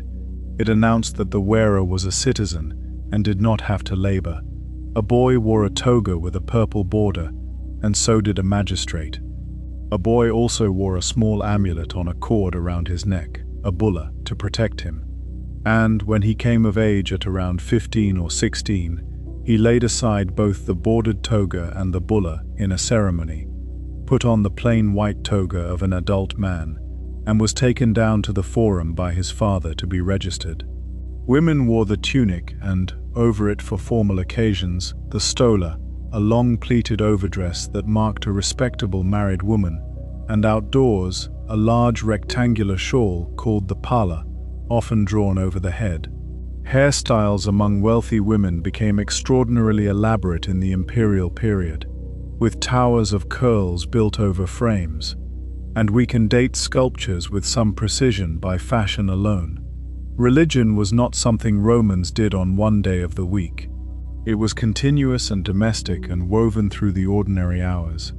Every house had a shrine, and in it stood the lares, the spirits of the household and its land, and the penates, the spirits of the store cupboard, and the genius of the head of the family, the divine spark of the line itself.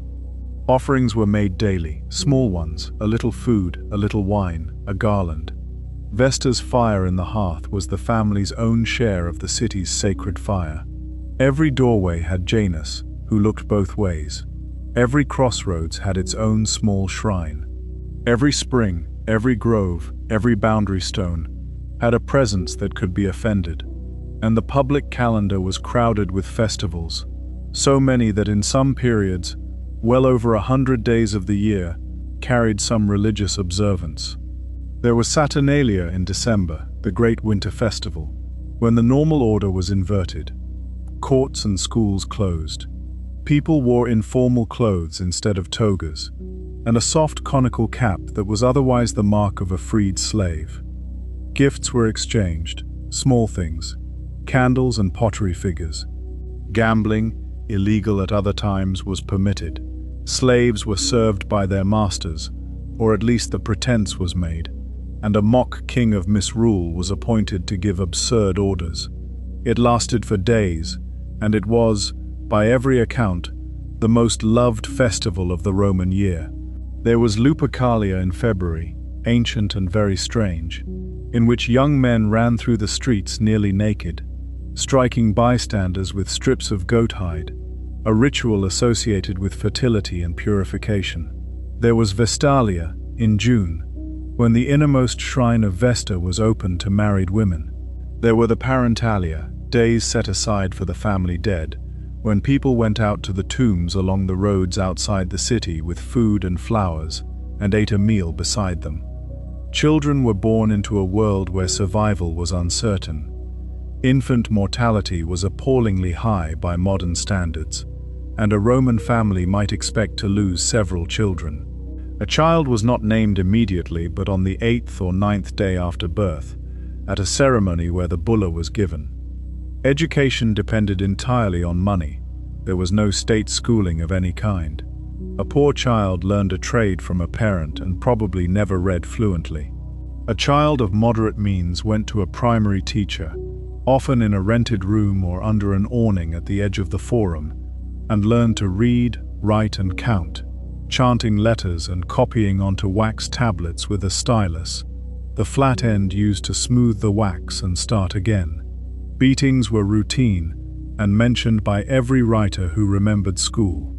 A wealthier child went on to a grammaticus, who taught literature, Greek and Latin, the poets, and correct expression, and a young man destined for public life went to a teacher of rhetoric, because in a society where careers were made by speaking in court and in the Senate, the ability to argue on your feet was the single most valuable skill available. Wealthy families often owned or hired an educated Greek slave as a private tutor. Marriage came early, particularly for girls, who might be betrothed at 12 and married in their mid-teens. Marriages among the propertied classes were arranged, and they were about alliances between families. The bride wore a flame-colored veil and a woolen belt tied in a knot that her husband would untie. She was escorted to her new home in a torch-lit procession full of noise and ribald singing, and carried over the threshold so she would not stumble on it, which was reckoned a bad omen. Divorce, at least in the late Republic and the Empire, was straightforward and carried no great stigma, and could be initiated by either party. Roman women had no vote and could not hold office, but they could own, inherit, and manage property in their own right, and in practice, many of them ran substantial estates and businesses and exercised considerable influence. And then there were the baths. It is hard to overstate what the baths meant to Roman life. They were not simply places to wash. They were the social center of every Roman town, open to almost everyone, with an entrance fee so small that it was within reach of the poor, and often free on public holidays. The great imperial bath complexes in Rome were enormous. The baths of Caracalla covered around 30 acres and could hold well over 1,000 bathers at a time.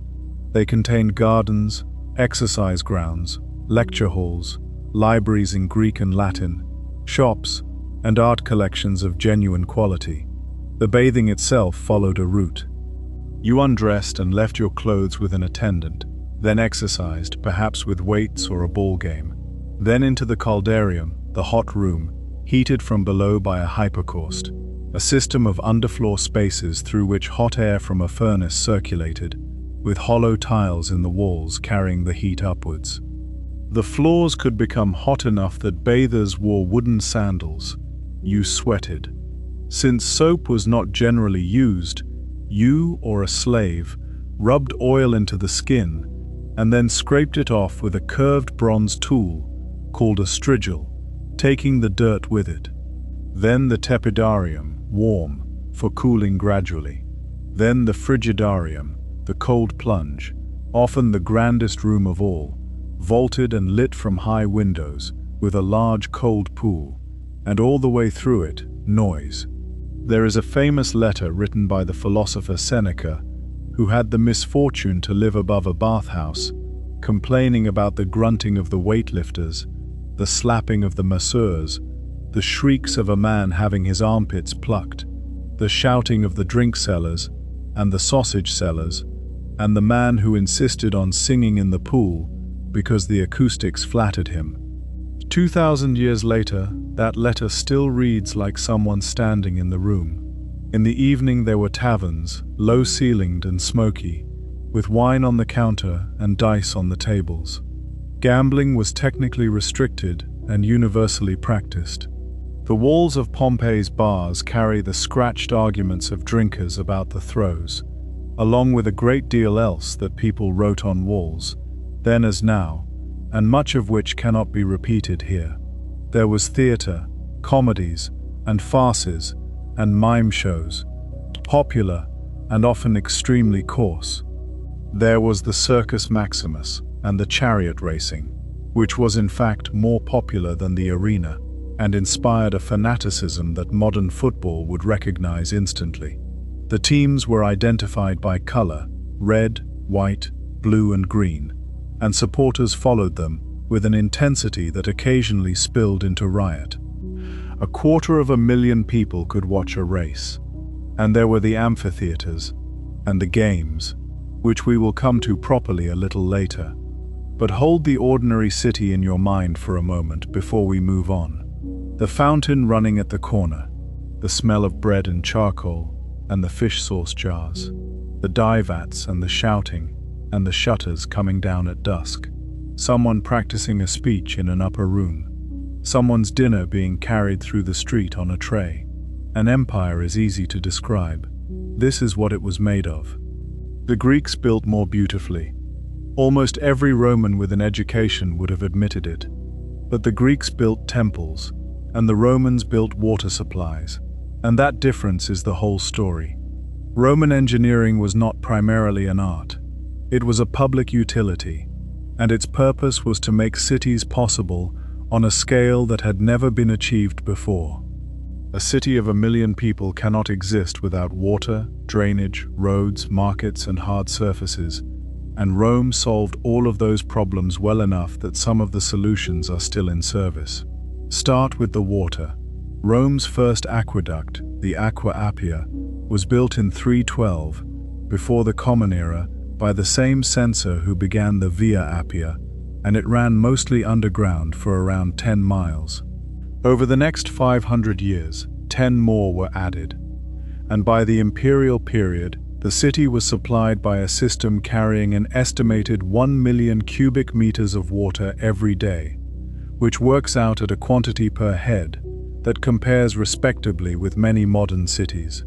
The principle was simple, and the execution was not. Water flows downhill. Find a good spring or river in the hills, and build a channel from there to the city with a continuous, gentle, unbroken gradient, sometimes falling less than a foot over a mile, across whatever landscape lies in between. Most of an aqueduct was underground, running through tunnels cut in rock or covered channels in trenches, both to protect the water and because it was cheaper.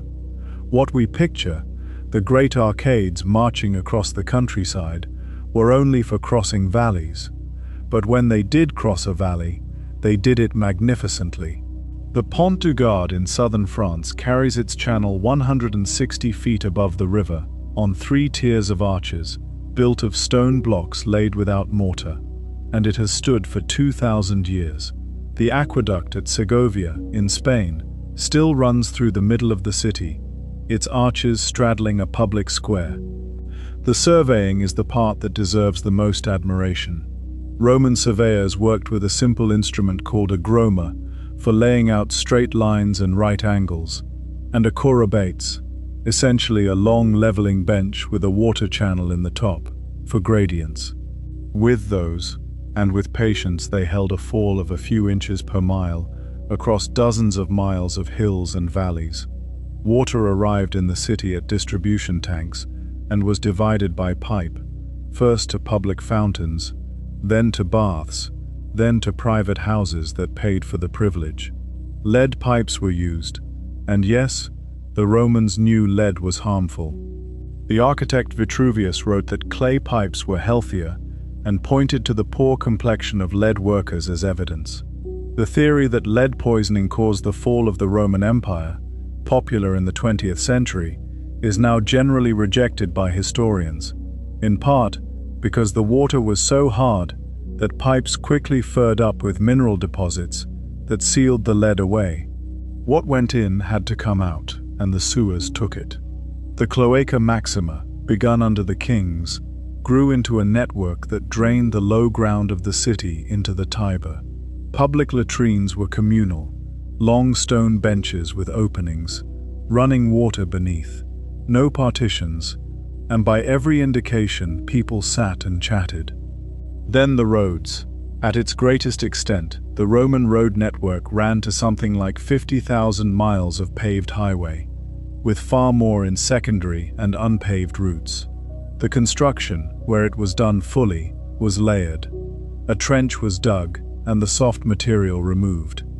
A foundation of large stones went in, then a layer of smaller stones and rubble bound with mortar, then finer gravel and sand, and finally a surface of tightly fitted paving blocks, cambered so that rain would run off into ditches at the sides.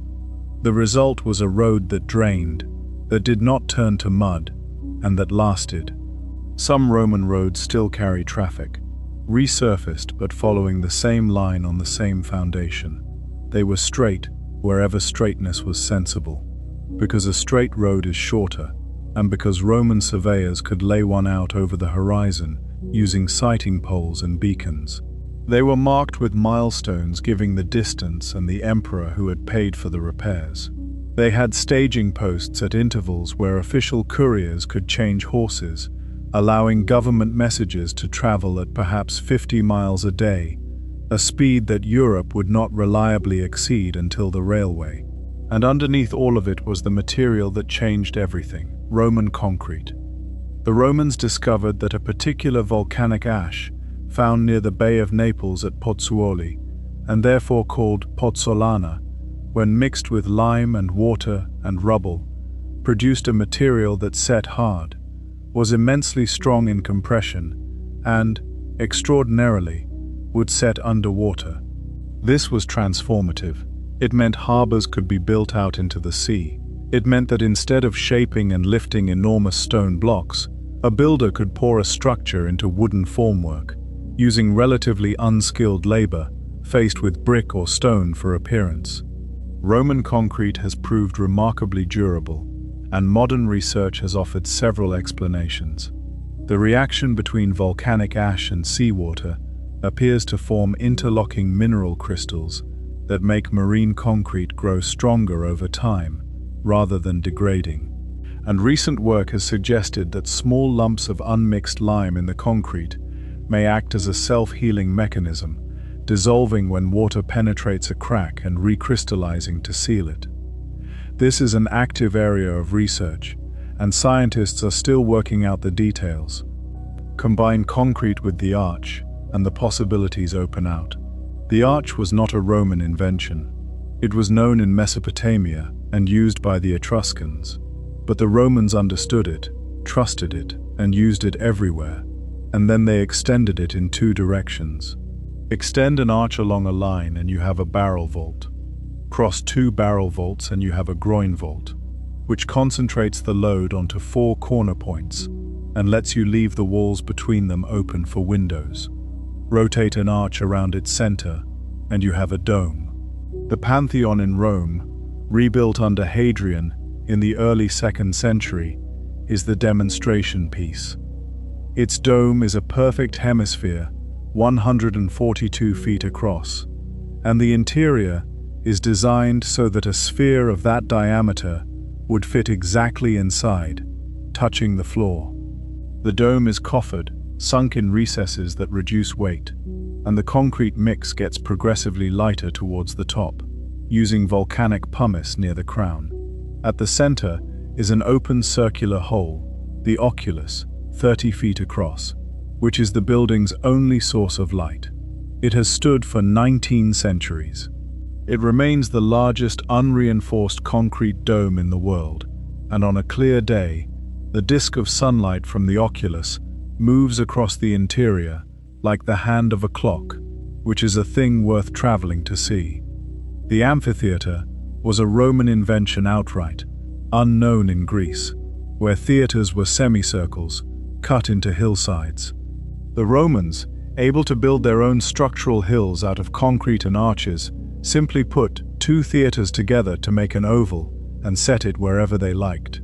Then, the Colosseum, which we will come to, is the largest, but there are amphitheaters from Britain to Syria, and several are still used for concerts. Bridges spanned rivers that had never been crossed. Trajan's bridge over the Danube, built by the architect Apollodorus of Damascus, was over 3,000 feet long and stood on 20 piers, the longest arch bridge for 1,000 years. Some Roman bridges, like the Alcantara Bridge in Spain, still carry vehicles. Why did this change civilization? Because it made urban life sustainable at scale, and because it made an empire administrable. Roads let armies and orders and goods move. Aqueducts let cities grow far beyond what local wells could support. Harbors let grain fleets from Egypt feed 1 million people. Concrete let all of this be built quickly and repeatedly, by ordinary crews, from Northumberland to the Euphrates, and it left a template. When Europe eventually began building on that scale again, more than 1,000 years later, it was largely rediscovering what the Romans had known, sometimes by digging up their ruins and studying them. The empire fell. The aqueducts kept flowing where somebody maintained them, and stopped where nobody did, and the population of Rome fell from 1 million to perhaps 30,000, which tells you exactly how much of a great city is plumbing. By the 1st century before the Common Era, the Republic was in serious trouble. The system had been built for a city-state with an army of farmers. It was now governing an empire from Spain to Syria, with professional legions loyal to the generals who paid them. The gap between rich and poor had opened into a chasm. Attempts at land reform by the brothers Tiberius and Gaius Gracchus had ended with both of them killed by mobs led by senators, which established that Roman politics could now be settled by violence. There had been a war against Rome's own Italian allies, and a civil war between the generals Marius and Sulla had marched on Rome with his legions and made himself dictator, and posted lists of men to be killed, and their property was confiscated, and their sons were barred from office. Into this world was born Gaius Julius Caesar, in 100 before the Common Era. His family was patrician and ancient, claiming descent from Aeneas, and therefore from the goddess Venus, but it had produced nothing of note in living memory, and was not rich. What Caesar had was connections. His aunt was married to Marius. That made him, as a very young man, an enemy of Sulla, who ordered him to divorce his wife because of her family's politics. Caesar refused, went into hiding, and was eventually pardoned. Sulla is said to have remarked that in this careless young man he saw many Mariuses. Caesar's rise was slow, expensive, and calculated. He borrowed enormous sums to fund public games and win popularity, running debts so large that he was reportedly stopped by creditors when leaving to take up a governorship. He was elected Pontifex Maximus, chief priest, in a startling upset while still relatively junior. He allied himself with the two most powerful men in Rome, Pompey the Great, the empire's foremost general, and Marcus Licinius Crassus, its richest man, in an informal arrangement historians call the First Triumvirate. And in 59, he was elected consul, and the following year, he secured for himself the governorship of Gaul. Gaul, at that point, meant the settled Roman province in the south of France, and a vast, wealthy, populous, and unconquered territory beyond it, covering most of modern France, Belgium, and parts of Switzerland and Germany. Caesar spent 9 years there. His own account of it, The Gallic War, is one of the most famous books ever written, and it is worth remembering what it actually is. It was written for a Roman audience, in the third person, in a plain and beautiful style, while the war was still going on, by a politician who needed to be admired. It is not a neutral document.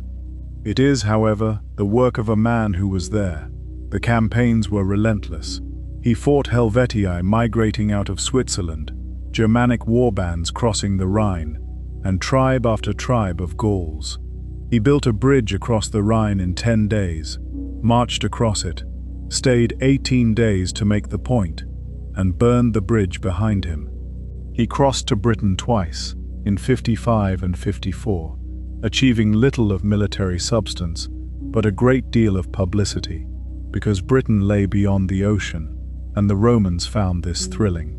In 52, the Gauls found a leader capable of uniting them, a young Arvernian nobleman named Vercingetorix, who understood that he could not beat Caesar in open battle, and adopted a scorched earth strategy instead.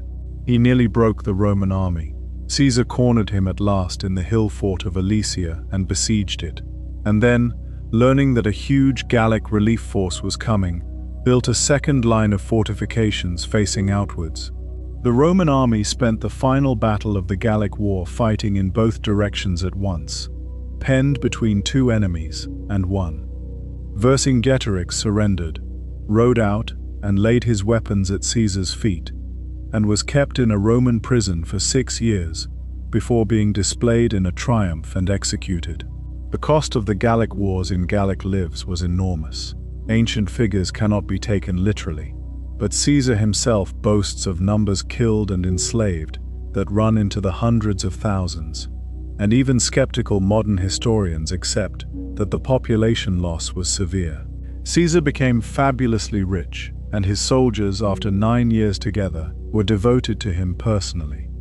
Meanwhile, the triumvirate had collapsed. Crassus had died on campaign in the east. Caesar's daughter Julia, married to Pompey, and by all accounts genuinely loved by him, had died in childbirth. Pompey had drifted towards the conservative faction in the Senate, and that faction wanted Caesar prosecuted the moment his command ended and his legal immunity lapsed. Caesar asked to stand for the consulship without returning to the city. The Senate refused and ordered him to disband his army. On the 10th of January in 49, before the Common Era, he brought a single legion to a small river in northern Italy, called the Rubicon, which marked the boundary of his province. To cross it under arms was, in law, an act of war against the Roman state. He crossed. The phrase attributed to him that the die is cast is reported by Suetonius, and there is a good case that he said it in Greek, quoting a line from a comic playwright, which would be very much in character. The civil war that followed lasted 4 years and was fought across the whole Mediterranean. Pompey abandoned Italy, which shocked everyone, and withdrew to Greece to raise the eastern armies. Caesar took Rome without a fight, secured Spain, then crossed to Greece and met Pompey at Pharsalus in 48. Pompey had the larger army, Caesar had the better one. Pompey fled to Egypt, hoping for sanctuary from a kingdom his family had helped. The young king's advisors, calculating which way the wind blew, had him murdered as he stepped ashore and presented his head to Caesar when he arrived days later. Caesar, by all accounts, was disgusted, and in Egypt he met Cleopatra. Cleopatra VII was 21, the last of the Macedonian Greek dynasty that had ruled Egypt since Alexander's death, highly educated, reportedly fluent in numerous languages including Egyptian, which none of her predecessors had bothered to learn, and locked in a civil war with her younger brother. The story that she was smuggled into Caesar rolled inside a carpet is a later embellishment of an account that describes a bedsack. Caesar backed her, fought a difficult little war in the streets of Alexandria, and installed her on the throne. She bore a son she named Caesarion, and claimed was his. They spent time together in Egypt, and she later came to Rome, where her presence scandalized conservative opinion. Caesar went on to defeat the remaining opposition, in Asia Minor, in Africa, and finally in Spain. His report of the Eastern Campaign, 3 words meaning that he came, he saw, he conquered, is the most efficient boast in history. And then he came home to rule, and the problem was that nobody knew what he intended to be. He was made dictator, then dictator for 10 years, then dictator for life, and the last was the fatal step. He was granted honors that edged towards the divine. His image appeared on coins during his lifetime, which no living Roman had managed before. He wore purple and sat on a gilded chair, and once failed to stand when a delegation of senators approached him. What he actually did with the power was largely sensible and often overdue.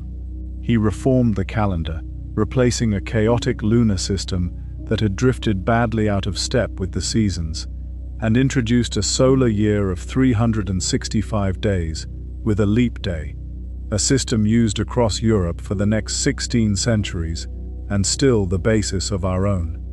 He settled veterans in colonies overseas, relieving pressure in Italy. He extended citizenship.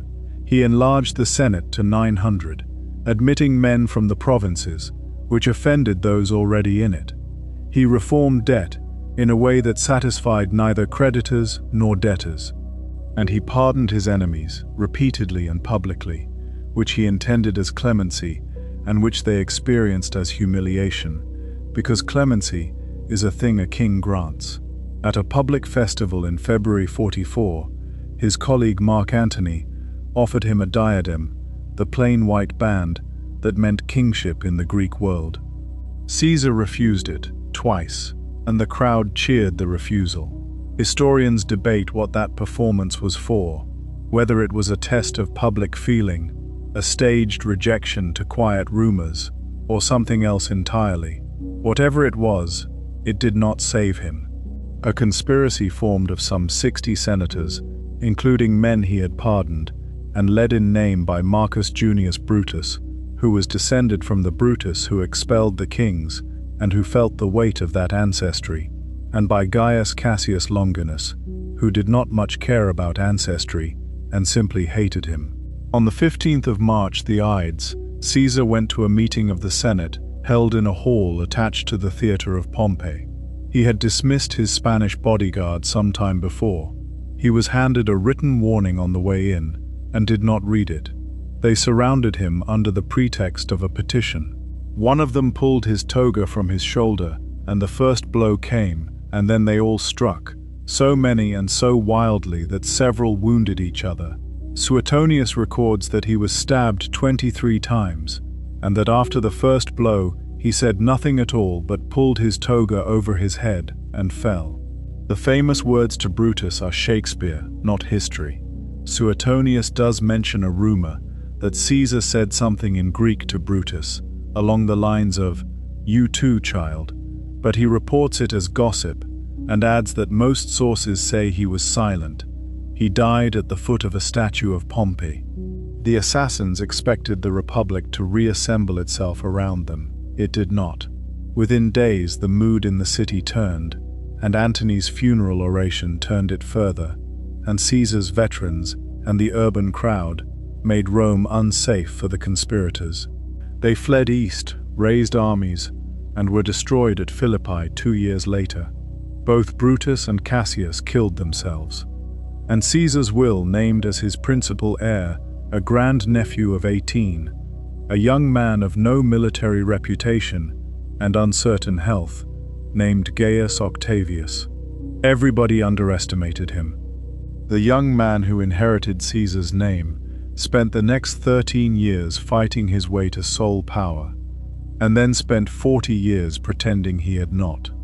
That is, in one sentence, the achievement of Augustus, and it is a stranger and cleverer achievement than any battlefield victory. He arrived in Italy in 44, before the Common Era, took Caesar's name, and discovered that the name was worth an army, because Caesar's veterans would follow it. Mark Antony dismissed him as a boy who owed everything to a name, which was true and irrelevant. Within a year, he had forced the Senate to make him consul at 19.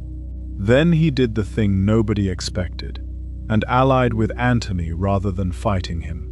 Together with a third man, Lepidus, they formed a formally recognized commission with dictatorial powers, and their first act was to publish proscription lists, exactly as Sulla had. Hundreds of senators and thousands of the wealthy were killed, and their property seized to pay the soldiers. Among the dead was Cicero, the greatest orator Rome ever produced, who had attacked Antony in a series of ferocious speeches. His head and hands were displayed in the Forum. It is important not to sentimentalize Augustus. The peace he eventually built was built on that. The alliance held long enough to destroy Brutus and Cassius, and then divided the Roman world, Antony taking the east, Octavian the west, Lepidus eventually squeezed out entirely. And for a decade the two of them circled each other, while Octavian, who was no soldier, relied on a friend of genuine military brilliance named Marcus Agrippa, and while Antony, in Alexandria, entered a partnership with Cleopatra that produced 3 children and an enormous amount of propaganda material for his rival. Octavian's campaign against Antony was, above all, a campaign of image. Antony was portrayed as a Roman gone soft in the East, drunk, unmanly, ruled by a foreign queen who intended to move the capital of the world to Alexandria. Whether Antony ever intended anything of the kind is doubtful. It did not matter. Octavian obtained, or claimed to obtain, Antony's will from the Vestal virgins and read out the provisions that were most damaging. They met at sea off Actium, in western Greece, in 31, before the Common Era. Agrippa outmaneuvered Antony's fleet. Cleopatra's squadron broke out and sailed for Egypt. Antony followed, and the rest of his force surrendered. The following year, with Octavian's army outside Alexandria, Antony killed himself. Cleopatra, after negotiating and failing to secure terms that would preserve her dynasty, killed herself as well. The asp is the traditional story, and historians debate it, with poison being an equally plausible method. Egypt became a Roman province, and a peculiar one, treated as the personal possession of the emperor, closed to senators without permission, because whoever held Egypt held Rome's grain supply. Octavian was 32 and had no rivals left alive. And now came the difficult part. Caesar had taken power openly and been murdered for it. The Roman upper class had 500 years of conditioning against monarchy and would not accept a king. But the Republic manifestly did not work and had produced a century of civil war, and everyone was exhausted. So Octavian invented a solution that was, in its way, a work of political genius. In 27 before the Common Era, he came before the Senate and announced that he was restoring the Republic. He gave up his extraordinary powers and handed the provinces and the armies back to the Senate and people of Rome. The Senate, appalled at the prospect of chaos and entirely aware of what was expected, begged him to keep control of the frontier provinces, which happened to be the provinces where all the legions were stationed. He accepted, reluctantly. They voted him the name Augustus, meaning revered or consecrated, a word with religious weight that had never been used as a personal name before, and the Republic was, officially, restored. There were still consuls, elected annually. There was still a Senate, meeting and debating. There were still assemblies and magistrates and courts, and the old forms went on being observed with great care. He simply held, personally and permanently, a bundle of individually unremarkable powers that added up to everything. The authority of a tribune, which gave him a veto and made his person sacrosanct. Proconsular command over the provinces with the armies. Eventually the office of Pontifex Maximus. And above all what he called auctoritas, a word meaning influence or standing rather than legal power, and which he claimed in his own memoir was the only thing that set him above his colleagues. He called himself princeps, first citizen, which is why historians call this system the Principate. He lived in a relatively modest house on the Palatine. He wore ordinary clothes and made a point of it. He attended the Senate and let men disagree with him. Nobody was fooled, and everybody accepted it, because the alternative was another generation of civil war. What followed was the Pax Romana, the Roman peace, and it lasted roughly 200 years. It did not mean an absence of war, because there was fighting on the frontiers throughout. It meant the absence of war inside the empire, and for most of the Mediterranean world, that was an unprecedented condition. A merchant could ship goods from Syria to Spain without paying tolls to a dozen kingdoms.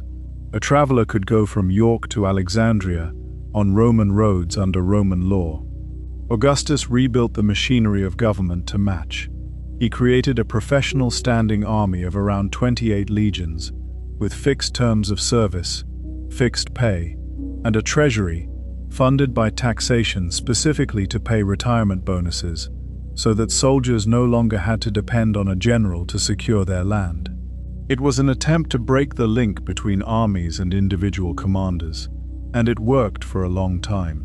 He created the Praetorian Guard, 9 cohorts stationed in and around Rome, the only substantial armed force in Italy, which would in later generations become dangerous. He created a city administration that had simply not existed before. A prefect of the city with police powers, the Vigiles, 7 cohorts of firefighters who also patrolled at night, watching for fire in a city of timber floors and charcoal braziers. A prefect of the grain supply to manage the fleets from Egypt and Africa and the distribution of free wheat. He reformed the currency, established a proper system of provincial taxation based on census returns rather than the old system of tax farming, which had been a license for extortion, and created a professional civil service drawn partly from the equestrian order and partly from imperial freedmen. He rebuilt the city itself. He boasted at the end of his life that he had found Rome a city of brick and left it a city of marble. And while the phrase flatters him, the building program was genuinely enormous. Temples restored, a new forum, a great sundial, a mausoleum, a theater, and the altar of peace, whose carved processions of the imperial family still survive. He funded poets, or rather his friend Maecenas did. Virgil wrote the Aeneid in this period, the epic that gave Rome its Trojan ancestry and its sense of destiny. Horace wrote his odes. Livy wrote his history. It was, by common consent, the golden age of Latin literature, and it was not an accident. He tried, with much less success, to legislate morality, passing laws penalizing adultery and rewarding citizens for having children. The laws were widely resented and widely evaded. In a bitter irony, he was eventually obliged to exile his own daughter Julia under the adultery legislation. The one thing he could not do was arrange the future. He had no son. He tried nephew, then friend, then grandsons, and every candidate died. Marcellus died young. Agrippa, his indispensable general and son-in-law, died. Both of Agrippa's elder sons, whom Augustus had adopted and clearly intended to succeed him, died within a few years of each other. He was left with Tiberius, the son of his wife Livia by her previous marriage, a capable, experienced, deeply reserved man whom he seems never to have much liked, and who had once withdrawn from public life entirely to live on roads. And there was one great failure.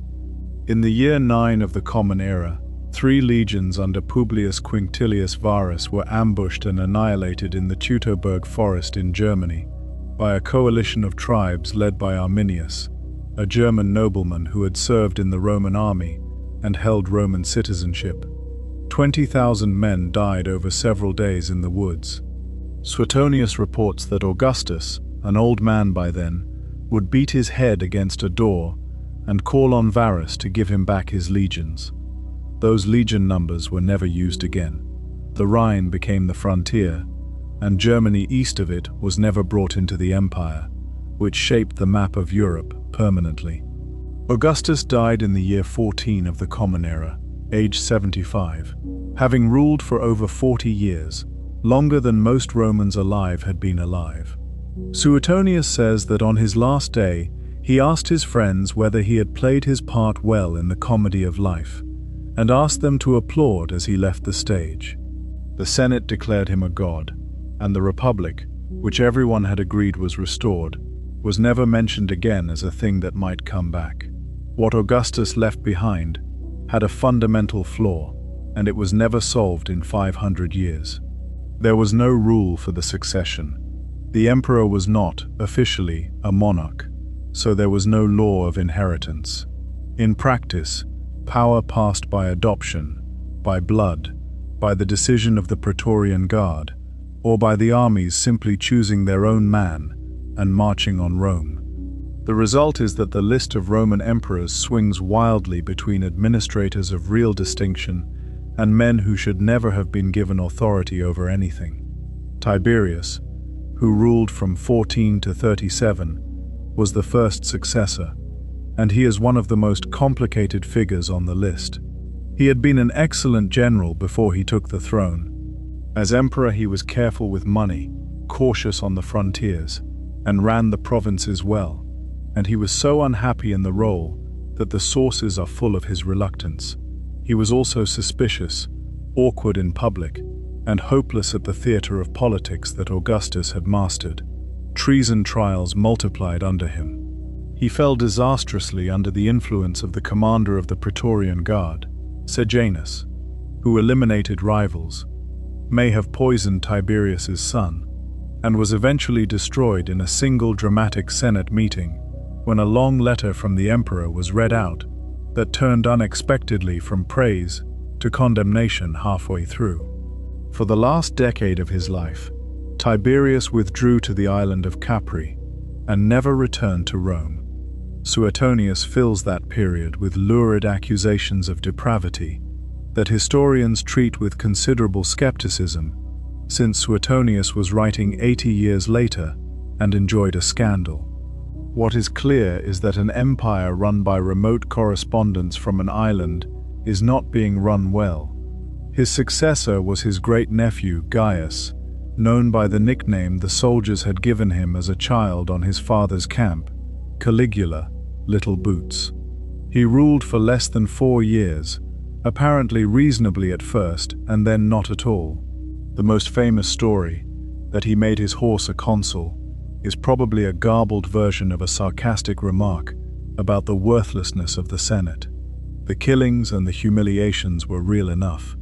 Officers of his own guard murdered him in a corridor in the year 41.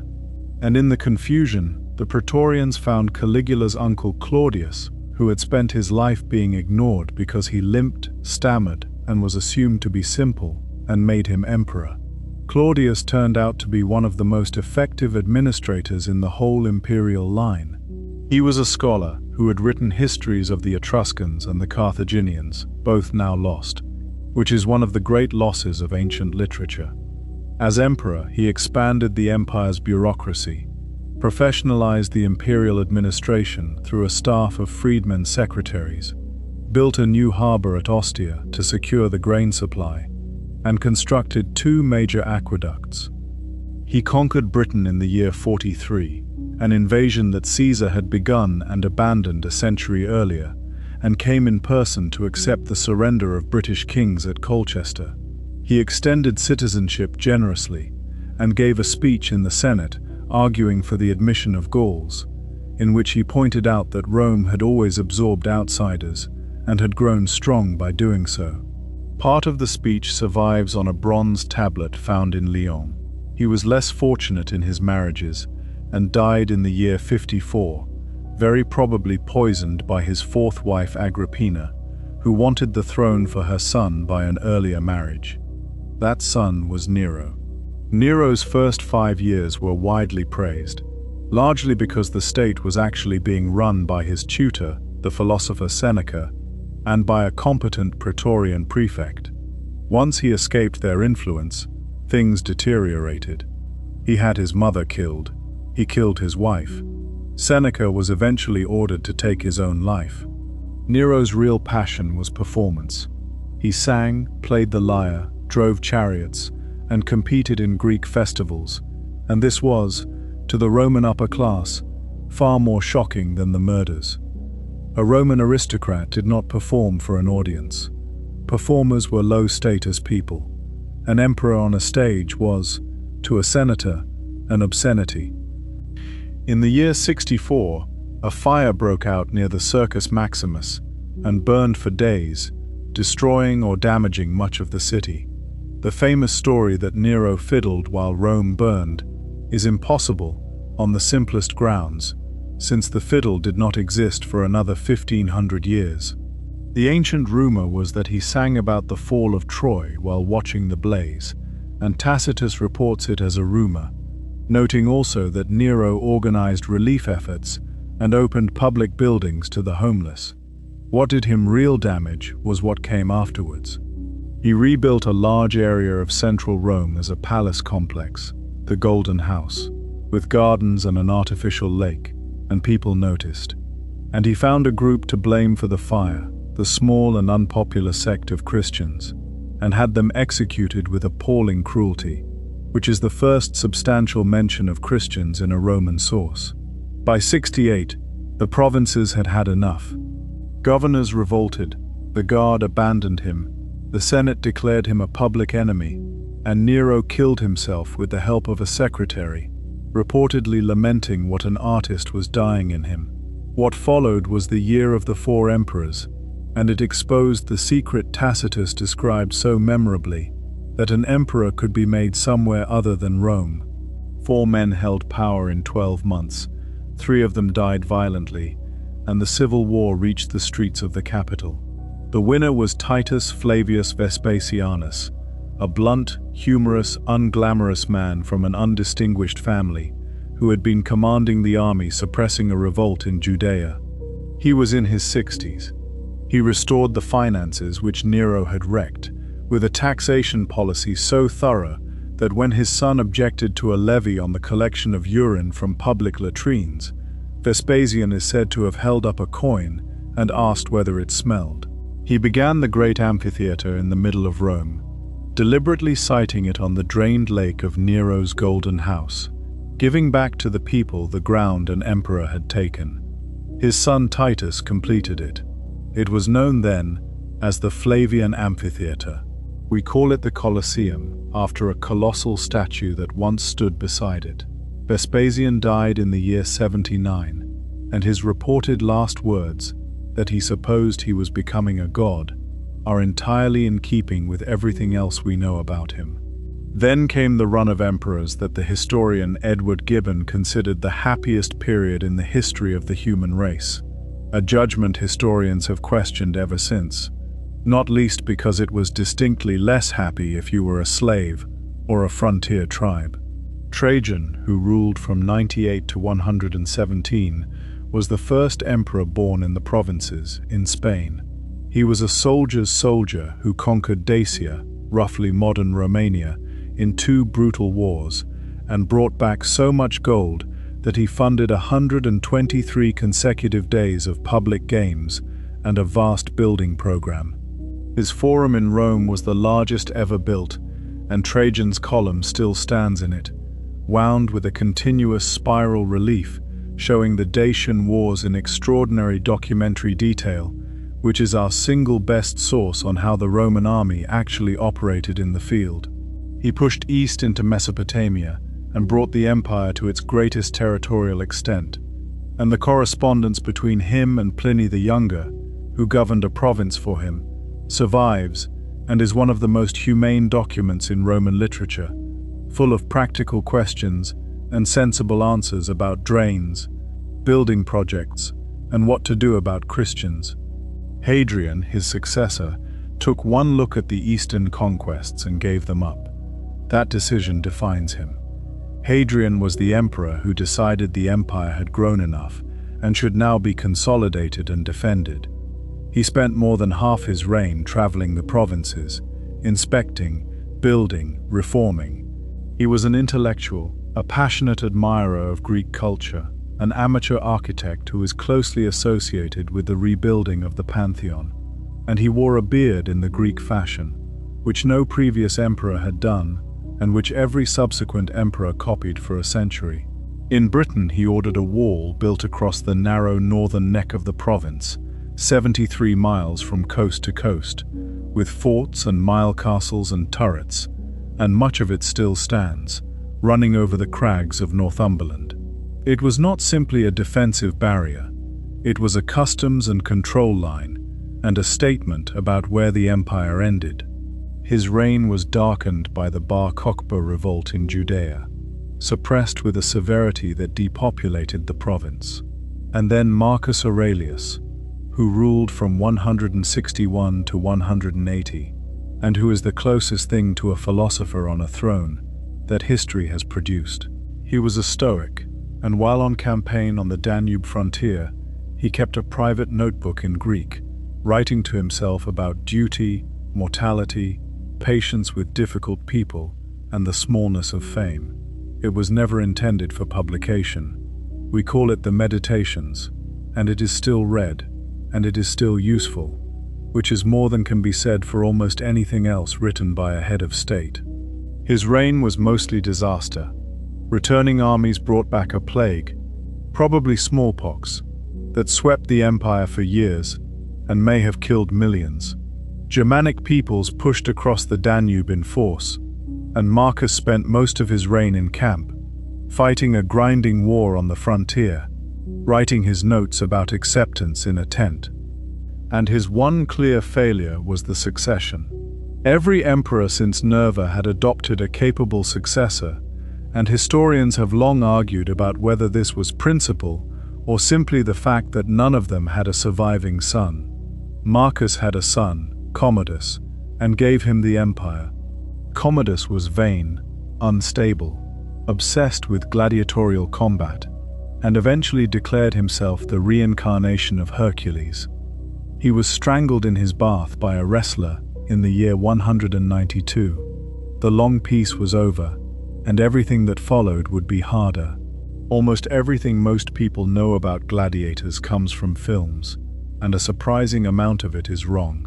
Let us start with where the practice came from, because that explains a great deal about what it actually was. Gladiatorial combat did not begin as entertainment. It began as a funeral rite. The earliest recorded games in Rome took place in 264, before the Common Era, when the sons of a dead nobleman had 3 pairs of men fight beside his tomb as part of his funeral. The practice appears to have come to Rome from Campania or Etruria, and the connection to death ritual is explicit. The blood was an offering. For a long time these were private events, paid for by families, and they were small. But Roman politics being what it was, a funeral was also a public occasion, and a spectacular funeral game was excellent publicity. So the games grew.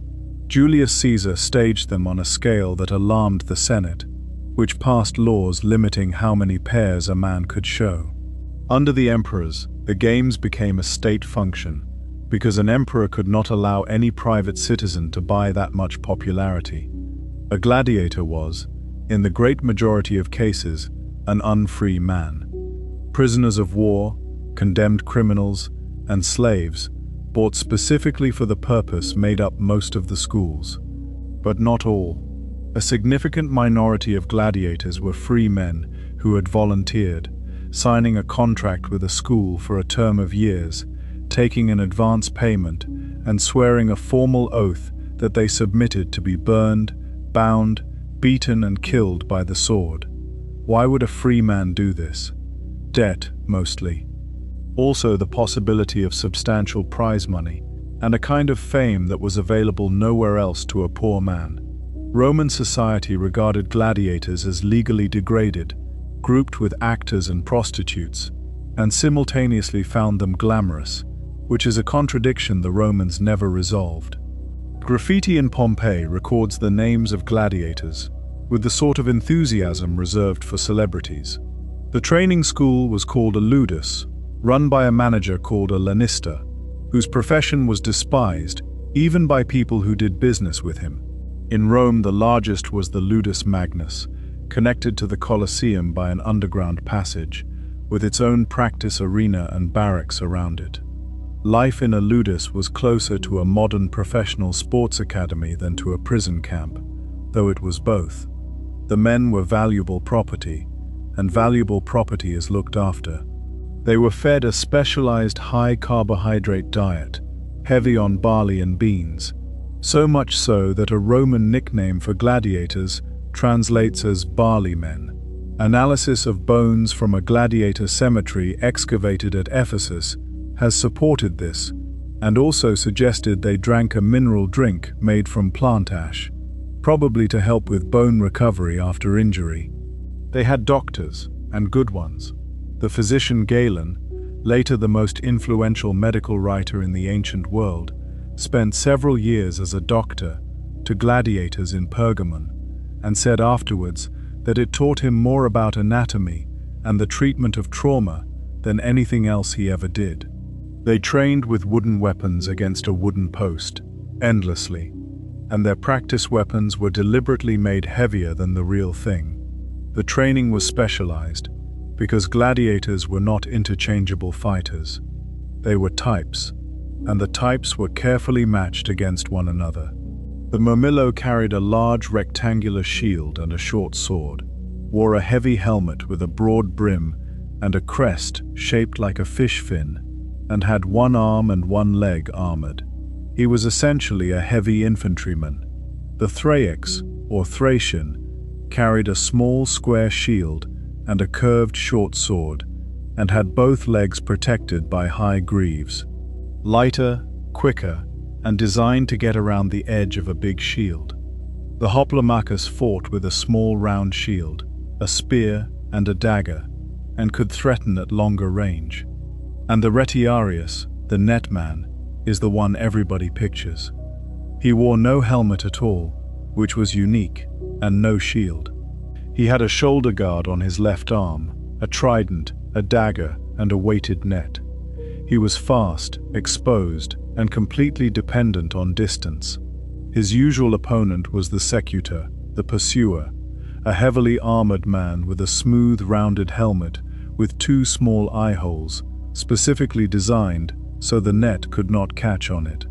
That helmet must have been suffocating, and its wearer had a very limited field of vision and a great deal of weight to carry, which was exactly the balance the matchup was built around: speed and reach against armor and endurance. There were others: the provocator, who fought only against his own kind; the equites, who began on horseback and finished on foot. There were female gladiators, rare but attested in inscriptions, and in a relief from Halicarnassus showing two women armed as heavy fighters.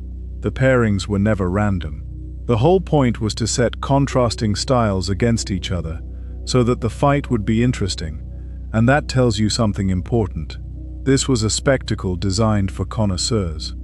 Roman audiences knew the types, argued about the matchups, and would have found a badly matched pair boring. Now, the biggest myth. Gladiators did not usually fight to the death. The economics make this obvious once you think about it. A trained gladiator represented years of investment in food, medical care, and instruction. If half of them died in every show, no school could stay in business, and the fees the organizer paid to hire them reflected that. Surviving contracts and legal texts indicate that a sponsor paid a rental fee for a gladiator, and a very much larger compensation fee, potentially many times higher, if the man was killed. Estimates vary and evidence is thin, but analysis of surviving records suggests a gladiator's chance of dying in any given fight in the earlier imperial period was perhaps 1 in 10 or lower, though it seems to have worsened over time. Careers of 20 or 30 fights are recorded on tombstones. A fighter could win his freedom, symbolized by the presentation of a wooden sword, the rudis, and some who did stayed on as trainers. When a man was defeated, he could raise a finger to appeal for mercy, and the decision belonged to the organizer of the games, who in Rome usually meant the emperor, and who would generally take the mood of the crowd into account. A fighter who had fought well was normally spared. That is what the crowd wanted. What the crowd did not forgive was cowardice. The thumb's gesture is genuinely uncertain. Roman sources refer to a turned thumb and to a pressed thumb, and historians debate what these meant.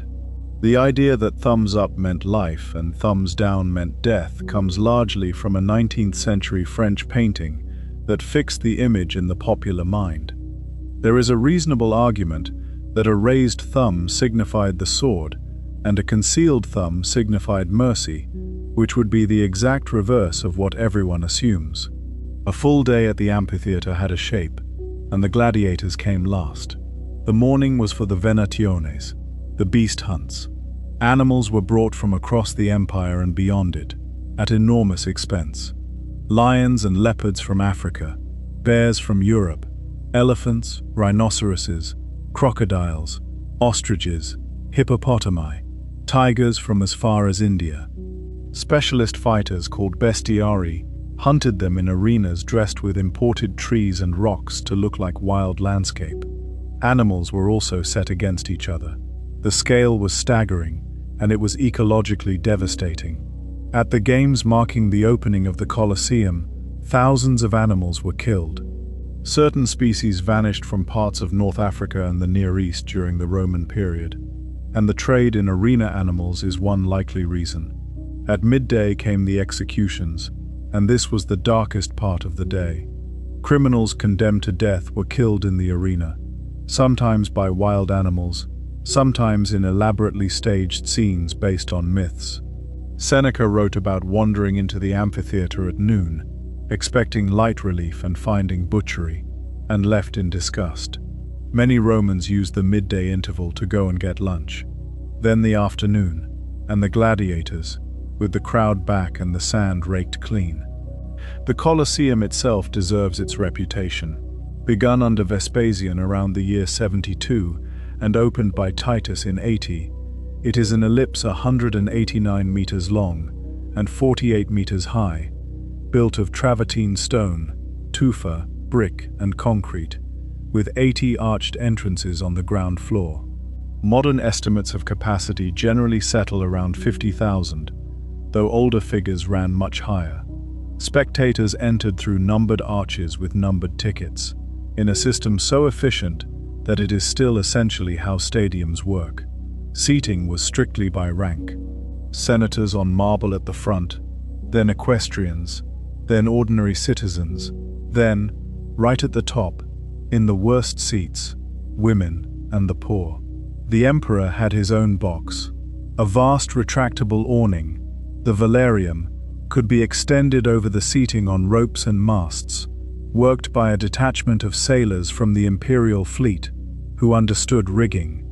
Beneath the arena floor was the hypogeum, 2 levels of tunnels, animal pens, storage chambers, and 32 lift shafts, operated by capstans and counterweights, which could raise animals and scenery through trapdoors, so that a leopard appeared in the middle of the sand, as if from nowhere. That machinery is now exposed, since the wooden floor is long gone, and standing on the modern platform looking down into it gives a very clear sense of how much of the spectacle was theater. The claim that the arena was flooded for mock naval battles is debated. Some ancient sources mention water spectacles at the inaugural games, and there is an ongoing argument about whether the original arena could have been flooded before the hypogeum was built. 2 more myths to clear away. The phrase about those who are about to die saluting the emperor appears exactly once in ancient literature, and not in a gladiatorial context at all. It was said by condemned men at a staged naval battle on a lake under Claudius. It was never a routine gladiatorial greeting, and the popular image of Christians being thrown to lions in the Colosseum has very little evidence behind it. Christians were certainly executed in arenas at various times, and the persecution under Nero was real and horrific, but it happened before the Colosseum existed. No reliable ancient source places a Christian martyrdom in that particular building, and the crosses and shrines there today were placed in later centuries. The most famous gladiator of all, of course, never fought in it. Spartacus was a Thracian, possibly a former auxiliary soldier, enslaved and sent to a gladiator school at Capua. In 73 before the Common Era, he and around 70 others broke out, armed themselves with kitchen implements, seized a wagon of gladiatorial weapons on the road, and took refuge on the slopes of Vesuvius. Their numbers grew into the tens of thousands as slaves came in from the estates of southern Italy. For 2 years they defeated Roman army after Roman army. The revolt was finally crushed by Crassus, and 6,000 captives were crucified along the Appian Way, one every 40 yards or so, all the way from Capua to Rome. The scene in the film where the survivors each claim to be Spartacus is an invention. What the sources say is bleaker. The Romans could not identify his body. The games ended slowly. Gladiatorial combat declined through the 4th and 5th centuries, discouraged by Christian emperors and increasingly unaffordable. And the last recorded gladiatorial show in Rome was in the early 5th century. Beast hunts continued longer. What is hardest to sit with is not the cruelty itself. It is that the audience included ordinary, decent, thoughtful people. Men who wrote philosophy and loved their families and were kind to their friends, went to the amphitheater and enjoyed it. Cicero found some of it distasteful and defended it as a lesson in courage. Only a handful of ancient writers, Seneca chief among them, objected to it on grounds we would recognize as moral. It is a reminder that a civilization can be extraordinarily sophisticated and still contain, at its center, in its finest building, something we would call monstrous, and see nothing wrong at all. Let that sit quietly for a moment, and then let it go, and breathe out, and we will move on to something calmer. Take away the emperors, and the marble and the poetry, and the thing that actually held the Roman world together for 500 years was a few 100,000 men in wool tunics and iron armor, standing on rivers and in deserts and on the hills of northern Britain. By the imperial period, a legion numbered around 5,000 men, all of them Roman citizens, all of them professional volunteers, serving long terms. The structure was clean. The basic unit was the century, commanded by a centurion, and despite the name, it contained 80 men rather than 100. 6 centuries made a cohort. 10 cohorts made a legion, with the first cohort enlarged and containing the most senior centurions. Attached to each legion was a small cavalry force, and a body of specialists, surveyors, engineers, medical staff, clerks, armorers, and artillery crews, operating bolt throwers and stone throwers. Below the century, the men lived in groups of 8 called a contubernium, who shared a tent on campaign and a pair of rooms in a permanent fort, cooked together, and carried a mule and a millstone between them. Those 8 men were a soldier's world. The centurion was the backbone of the whole institution. He was a career professional promoted from the ranks or appointed from the equestrian class. He carried a vine staff as his badge of office and used it freely, and he stood in the front rank in battle, which is why centurions had a notably high casualty rate. The most senior centurion of a legion held enormous prestige. Above them, the command structure was, oddly, part-time. A legion was commanded by a legate, a senator, and among his staff were young tribunes, some of whom were essentially there for the experience as part of a political career. The system worked because the centurions knew what they were doing. Alongside the legions served the auxiliaries, and by the imperial period, there were roughly as many auxiliaries as legionaries. These were non-citizens recruited from across the provinces, providing most of the cavalry, most of the archers, most of the slingers, and much of the light infantry. Syrian archers served in Britain. Batavian horsemen from the Rhine Delta were famous for swimming rivers in full equipment. Sarmatian cavalry, Numidian riders, Balearic slingers, and at the end of 25 years, an auxiliary and his children received Roman citizenship, recorded on a folding bronze diploma that he kept. Thousands of these have been found. It was one of the most effective integration mechanisms any empire has devised. Serve, and your family becomes Roman. The equipment is familiar from 1,000 images. The lorica segmentata, the banded iron cuirass of overlapping horizontal strips, is the one everyone pictures, though it was used mainly in the first 3 centuries, and mail was worn throughout Roman history, and was in many ways more practical. The scutum, a large curved rectangular shield of laminated wood, covered in leather and canvas with an iron boss, which protected the body and could be used as a weapon. The helmet, with cheek pieces, a neck guard, and a reinforced brow. The gladius, a short double-edged sword about 2 feet long, designed for thrusting at close quarters from behind the shield, and the pilum, a javelin with a long soft iron shank behind a small hardened point, thrown at around 15 or 20 yards immediately before contact. It punched through a shield, and then the shank bent, so the shield could not be freed of it and had to be dropped. On his feet, the caligae, heavy hobnailed sandals, more like open boots, which were sturdy, breathable, and gripped well on soft ground, though notoriously slippery on stone. And on his back, everything else.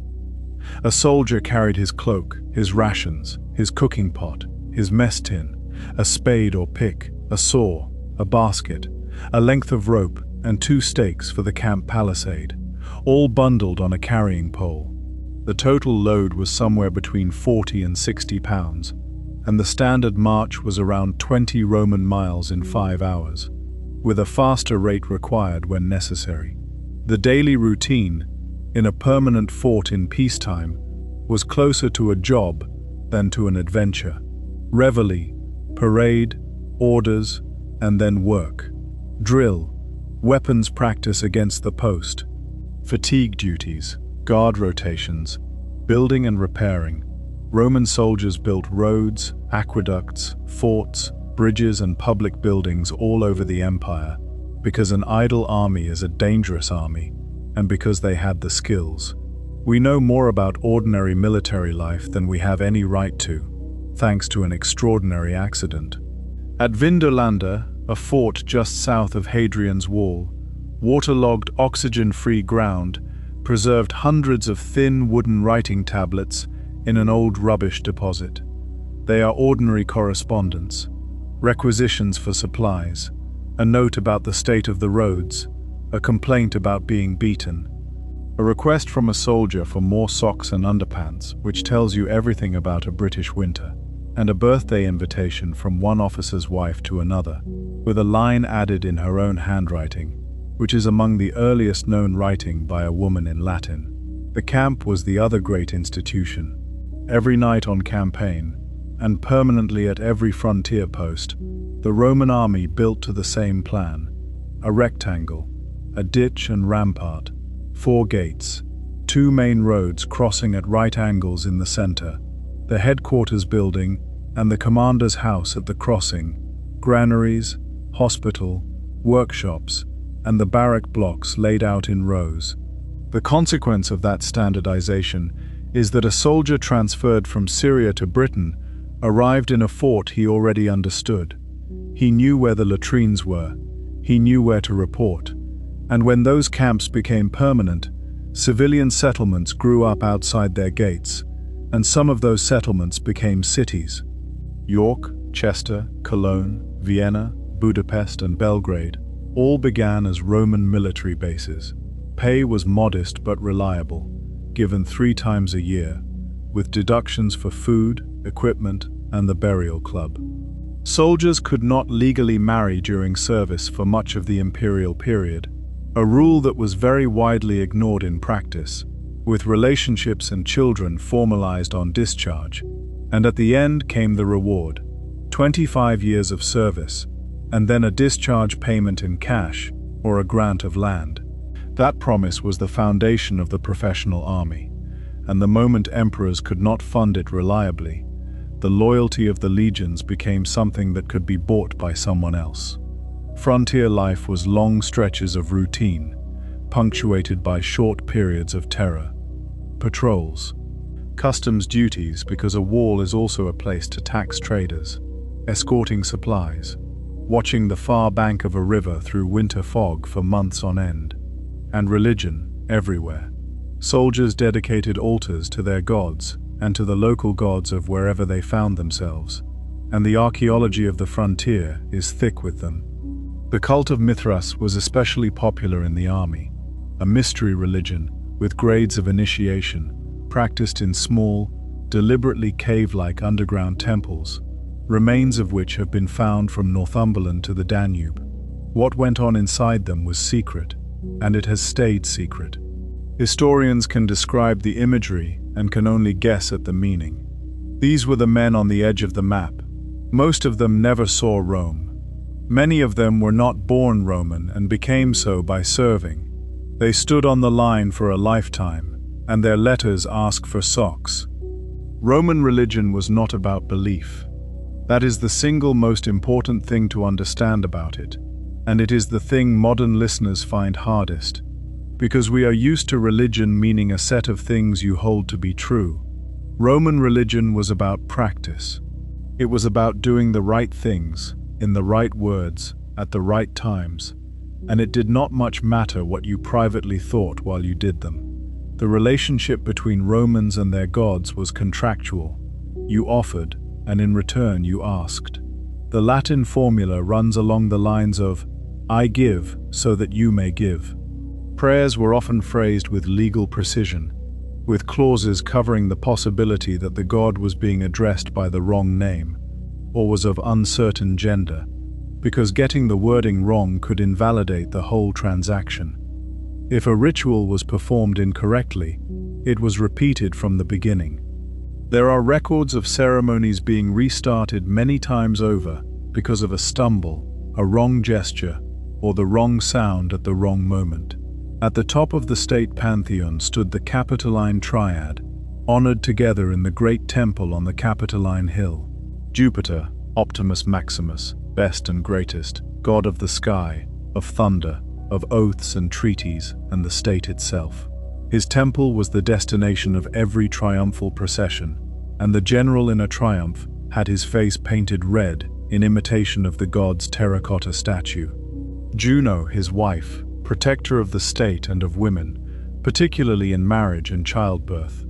Her temple on the Capitoline housed the mint, and one of her titles, moneta, is the origin of the words money and mint in most European languages. Minerva, goddess of wisdom, crafts and skill, patron of anyone who made anything well. Around them stood the rest, Mars, god of war, and far more important in Rome than his Greek counterpart was in Greece, because Rome was a martial society, and because Mars was the father of Romulus, and therefore an ancestor. March, the beginning of the campaigning season, carries his name. Venus, goddess of love, beauty and desire, and also, through Aeneas, the divine ancestress of the Julian family, which Julius Caesar and Augustus both made a great deal of. Vesta, whose fire burned in the round temple in the Forum, tended by the Vestal virgins, 6 women chosen as young girls and serving 30 years. They were the most privileged women in Rome, freed from a father's legal control, permitted to own property and make wills, given the best seats at public events, and holding the power to pardon a condemned prisoner they encountered by chance. And if the fire went out, or if a Vestal broke her vow of chastity, the punishment was to be buried alive in an underground chamber with a little food, because Roman law forbade shedding her blood, and because the city could not simply execute someone sacred. Then Neptune of the sea, Ceres of the grain, Mercury of trade and messages and travelers, Diana of the wild places, Apollo of prophecy and healing, Vulcan of fire and metalwork, Saturn of the golden age, whose temple held the state treasury. Many of these had merged with Greek equivalents so completely that educated Romans used the stories interchangeably. But the older Italian layer never quite disappeared underneath, and there were gods with no Greek counterpart at all, and some that were barely persons. Terminus, the god of boundary stones, was simply the stone. Janus of doorways had no Greek equivalent whatsoever. The household religion we touched on earlier ran alongside all this, and was, for most people, more immediate. The lares and penates in the shrine by the hearth, the genius of the head of the family, daily offerings, small, habitual, unremarkable, the way one might water a plant. The priesthoods were not a separate profession. Roman priests were public officials, usually men who also held political office, and the priesthoods were part of a political career rather than an alternative to one. The pontifices, headed by the Pontifex Maximus, oversaw the calendar, the sacred law, and the general regulation of public worship. The augurs did not predict the future in the way people often assume. Their job was to determine whether the gods approved of a proposed action by observing signs, chiefly the behavior of birds, and their finding could stop an election, a law, or a battle. This was, unsurprisingly, open to political manipulation, and Roman politicians used it shamelessly. Cicero was himself an augur and wrote a skeptical treatise about the whole business. The haruspices, an Etruscan speciality, examined the organs of sacrificed animals, particularly the liver. A remarkable bronze model of a sheep's liver survives, divided into regions and inscribed with the names of Etruscan deities, essentially a map for reading the signs. Sacrifice was the central act of public worship, and it was also a public feast. An animal was led to the altar, in silence, having been made to appear willing, since an unwilling victim was a bad omen. It was killed, the internal organs were examined, and then burned for the god, and the rest of the meat was cooked and distributed. For most of the urban poor, festival days were the days they ate meat, and then, under the emperors, a new element entered. The imperial cult grew out of an Eastern habit of honoring rulers as divine, and the Romans adapted it carefully. Julius Caesar was deified after death by decree of the Senate. Augustus was deified after death, and while alive permitted worship of his genius, and allowed temples in the provinces to be dedicated jointly to Rome and to himself. Sensible emperors kept a distance from the idea while alive. Vespasian, dying, joked about it. Less sensible emperors did not. What mattered was that the imperial cult was a political loyalty test as much as a religion. Offering a pinch of incense before an image of the emperor was the ancient equivalent of standing for an anthem. Nobody demanded that you believe anything. They demanded that you do it, and that is precisely where the trouble began. The Roman Empire was remarkably tolerant of foreign religions, and it absorbed them constantly. The cult of Cybele came from Asia Minor during the war with Hannibal. The worship of Isis came from Egypt and became enormously popular. Mithras spread through the army. None of this troubled anyone very much, because these gods could simply be added to the existing crowd. Judaism was a special case, monotheistic and exclusive, and Rome gave the Jews a formal exemption from the imperial cult in recognition of the antiquity of their tradition, an arrangement strained badly by two catastrophic revolts. Christianity did not fit any of the categories. It began in the province of Judea in the 1st century of the Common Era, and for its first decades, Roman authorities barely distinguished it from Judaism. It spread along the roads and the sea lanes, through the cities, carried by travelers and traders, using the empire's own infrastructure and its common Greek language. It offered something the state cult did not offer at all, which was a personal relationship with a god who was said to care about the individual, and a promise about what happened after death, and a community that took in the poor and the enslaved and the female on the same terms as everyone else, and it refused to sacrifice to the emperor. To a Roman official, this was not a theological dispute. It was a refusal of civic duty by a group that met privately, spoke of eating flesh and drinking blood, called each other brother and sister, and would not honor the gods who protected the state. Suspicion followed easily. When disasters came, plague or famine or invasion, the traditional explanation was that the gods were angry, and there was an obvious group to blame. Persecution was, for a long time, sporadic rather than systematic. Nero's was local and savage.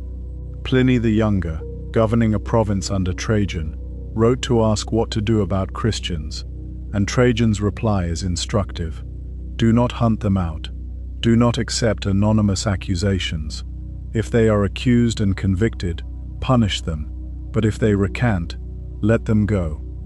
It is the response of an administrator managing a nuisance, not a crusade. The great empire-wide persecutions came much later, in the 3rd and early 4th centuries, under Decius, and then most severely under Diocletian from 303. And by then, the movement was too large and too widespread to be destroyed. Estimates of Christian numbers are debated, and the honest answer is that nobody knows with confidence. Something like a tenth of the empire's population by the early 4th century is a figure that has been proposed, with wide margins of error, but it was concentrated in cities and in the East, and included people of standing. And the old religion did not simply fail. It had no answer to certain questions, because it had never been designed to answer them. It did not promise much about the afterlife.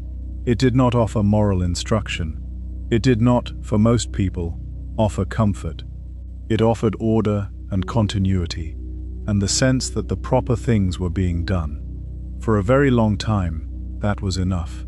And then, one morning in the year 312, a Roman general on his way to fight for control of the empire made a decision about what to paint on his soldiers' shields, and everything changed. But we will come to him shortly. There is one place where we can walk into a Roman town and find the tables still set. Pompeii sat on a low volcanic ridge near the Bay of Naples, a prosperous provincial town of perhaps 12,000 people, with a smaller and wealthier neighbor, Herculaneum, a few miles away on the coast. It was not important. That is what makes it precious. Nobody built it as a showpiece. It was a working town with a port nearby, exporting wine and olive oil, and its own celebrated fish sauce, comfortable, unremarkable, and entirely ordinary. And so what we have is not the Rome of emperors. It is a Tuesday. The streets are paved with polygonal blocks worn into deep grooves by cartwheels, and set into them at intervals are raised stepping stones, so that pedestrians could cross without walking through the water and waste running down the roadway, with gaps between the stones sized for cart axles. The pavements are high. At the corners are public fountains, and the stone rims of some of them are worn into hollows where hands rested for generations. There are around 80 bars and food shops. Some of them still have the counters, with their sunken jars, and one excavated, recently retained painted decoration and traces of what had been in the pots.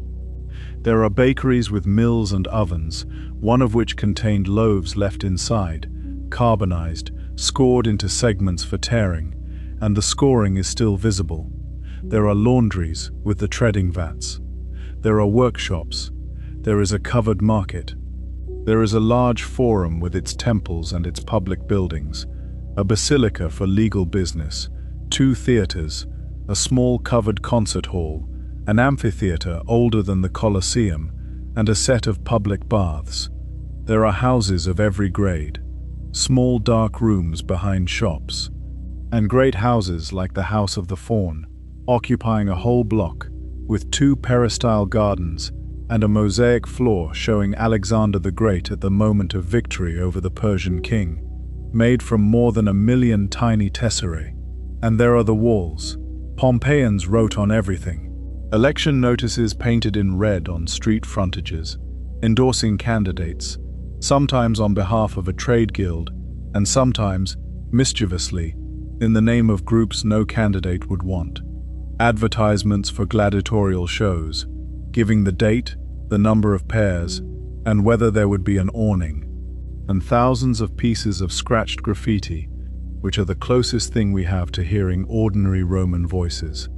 Declarations of love, insults, boasts, complaints about the food at a particular inn, a weary note in the basilica, marveling that the wall has not collapsed under the weight of so much rubbish written on it. Lines of Virgil, half remembered and misquoted, scratched by people who had learned them at school. The volcano behind the town had been quiet for so long that nobody knew it was a volcano. Its slopes were covered in vineyards. There was no word in the local vocabulary for what was about to happen. There had been a serious earthquake in the year 62, which damaged buildings across the region, and repairs were still underway 17 years later. In hindsight, it was a warning, but there was no framework in which to read it. The eruption is traditionally dated to the 24th of August in the year 79. That date comes from a copy of a letter and has been questioned for a long time because the bodies were found in warm clothing, the harvested fruits, and the state of the wine production suggest autumn, and a charcoal inscription uncovered in 2018 appears to record a date in mid-October. Historians now generally think an autumn eruption is more likely, though the debate continues. We have an eyewitness. Pliny the Younger was 17, staying across the bay at Misenum with his uncle, Pliny the Elder, who commanded the fleet there, and was also the author of a vast encyclopedia of natural history. Years later, at the request of the historian Tacitus, the younger Pliny wrote 2 letters describing what he saw. He describes a cloud rising from the mountain in the early afternoon, of unusual size, shaped, he says, like an umbrella pine, a tall trunk spreading into branches at the top, white in places, and elsewhere dirty with ash and earth. Volcanologists now call this type of eruption Plinian, in his honor. His uncle set out with ships, partly from curiosity and partly to help evacuate people from the shore. He never came back. He landed further along the coast, spent an uncomfortable night in a house with pumice falling and piling up outside, and died on the beach the next morning, probably from the fumes, though his exact cause of death is debated. What fell on Pompeii first was pumice, light volcanic rock, in a rain that went on for many hours and eventually lay several feet deep. It was survivable. It was frightening and dark, and it broke roofs under its weight, but people could and did walk out of the town during it, and most of the population escaped. What killed those who stayed came later, in the early hours of the following morning, when the eruption column collapsed and sent pyroclastic surges racing down the mountain. These are avalanches of superheated gas and ash, moving faster than a person can run, at temperatures of several hundred degrees. Death would have been almost instantaneous. Herculaneum, closer to the mountain and on the seaward side, was hit by these surges first and buried far more deeply, under many meters of material that solidified. That depth is why its wooden objects survived. Doors, beds, shutters, a wooden cradle, roof beams, all carbonized but intact. And a library of papyrus scrolls in one villa, blackened and fused, which scholars are only now beginning to read using particle accelerators and machine learning, a project that is at this moment recovering ancient texts that no one has read for 2,000 years. For a long time it was assumed the people of Herculaneum had escaped, because so few bodies were found in the town. Then, in the 1980s, excavation of the arched boat chambers along what had been the shoreline found the remains of over 300 people crowded inside, waiting for rescue by sea that never came. At Pompeii, the ash that buried the bodies hardened around them, and the bodies decayed away, leaving cavities. In the 1860s, the archaeologist Giuseppe Fiorelli realized what those cavities were and developed the technique of pouring liquid plaster into them and then chipping away the surrounding material. The results are the casts, and they are the reason Pompeii affects people the way it does. Not statues, not skeletons, but the shapes of individuals in their last moments, with the folds of their clothing and sometimes the expression of the face. A dog chained in a courtyard, twisted onto its back, a family together in a room under the stairs, a man sitting with his head in his hands. Excavation began in the 18th century and was, at first, close to treasure hunting, with tunnels driven through walls to remove anything valuable. Methods improved through the 19th and 20th centuries, and modern work is far more careful and deliberately slower. A great deal of the site has been left unexcavated on purpose, on the reasoning that future archaeologists will have better tools than we do. What has been found in recent decades keeps changing the picture. A ceremonial chariot, almost complete, with its iron and bronze decoration. a room in a villa where enslaved workers slept, with simple beds and personal possessions, giving a rare glimpse of a group who are usually invisible. A bar with a painted counter and a dog painted on the front. Frescoes in colors so fresh that they look wet. There is one more thing about Pompeii that is worth saying, and it is not archaeological. The people whose homes we walk through had no idea. They had no reason to think that day was different. They had plans for the evening. There is a loaf in the oven because someone intended to come back for it. That is the whole of it, really. The single most powerful lesson the ancient world offers us, and it took a volcano to preserve it. Settle in a little deeper now, and let your breathing slow, because for a while we are going to travel rather than fight. Picture the empire in the 2nd century of the Common Era, at the moment of its greatest extent, under Trajan and Hadrian. It covers something in the region of 5 million square kilometers. It runs from the Solway Firth in northern Britain to the Upper Nile, from the Atlantic coast of Portugal to the Euphrates. It surrounds the Mediterranean entirely, every coast, every island, which is a thing no power before or since has managed. The Romans called that sea Mare Nostrum, our sea, and for once it was not a boast. Estimates of its population vary and are debated, but a figure somewhere between 50 and 70 million people is commonly given, perhaps a fifth or a quarter of the human beings alive at the time. And it worked, in the sense that a person could travel through the whole of it under one system of law, using one currency in the West and a well-understood set of exchanges in the East, on maintained roads, speaking Latin in the western half and Greek in the eastern, and be broadly safe. Let us walk through some of it. Begin in Britain at the far northwest corner, where the empire simply stops. The province had been under Roman rule since the invasion under Claudius, and it was never entirely comfortable. There had been the revolt of Boudicca in the 1st century, when the Iceni queen, following the mistreatment of her family and the seizure of her kingdom, led a rising that burned Colchester, London, and St. Albans, and killed tens of thousands before being crushed. By the 2nd century it was settled enough. There were towns with forums and baths. There was Aquae Sulis, modern Bath, where a hot spring rises at a constant temperature, and the Romans built a temple and a bathing complex around it, dedicating it to a merged Roman and British goddess. People threw curse tablets into the water there, thin sheets of lead scratched with requests for the goddess to punish whoever had stolen their cloak or their gloves at the baths. Dozens survive, and they are wonderfully petty and completely human. Britain exported grain, lead, tin, wool, and hunting dogs, which were much admired. It was never rich.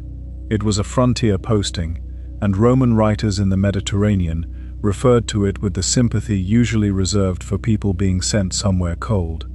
Move south into Gaul, and everything gets warmer and more prosperous. The Gallic provinces became thoroughly Roman, urbanized, wealthy, and productive. Lyon was a great administrative center. Nimes and Arles have amphitheaters in use today. Gaulish pottery workshops mass-produced glossy red tableware that has been found from Scotland to India.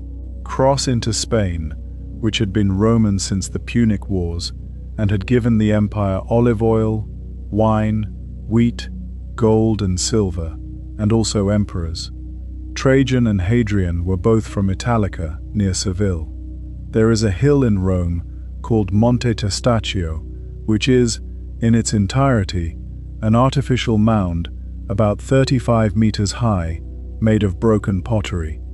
It consists of the smashed remains of an estimated 53 million amphorae, mostly Spanish oil jars, stacked deliberately and carefully because the porous oil-soaked pottery could not be reused or recycled. It is a rubbish heap, and it is the single clearest physical statement of the scale of Roman trade in existence. Go along the coast of North Africa and you find the grain belt.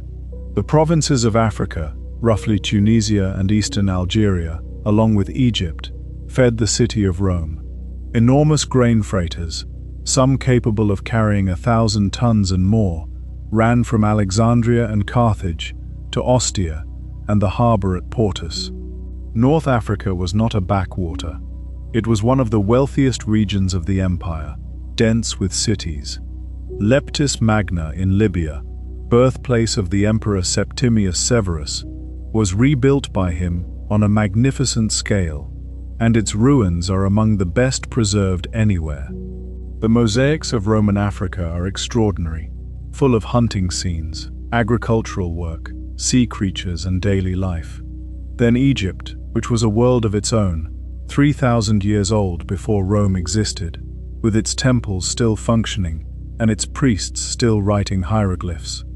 Alexandria was the second city of the empire, with its lighthouse and its library and its ferocious intellectual life. Turn north to Syria and the eastern provinces, and you arrive at the richest and most sophisticated part of the whole empire. Antioch was enormous. Ephesus had a library and a theater, seating 25,000. And out in the desert stood Palmyra, an oasis city that grew immensely wealthy taxing caravans. Its ruins a strange and beautiful mixture of Greek columns, Roman planning, and Eastern decoration. Because at Palmyra and Petra, and along the Euphrates, the Roman world met the trade routes of Asia. Silk came overland from China, passing through many hands, at prices that horrified Roman moralists, who complained about the outflow of gold and the transparency of the fabric in roughly equal measure. Spices, pepper above all, came by sea from India, carried on ships that used the monsoon winds to cross the open ocean from Egyptian Red Sea ports. Roman coins have been found in southern India in considerable quantities. Incense came up from Arabia, amber came down from the Baltic, ivory and wild animals came from Africa.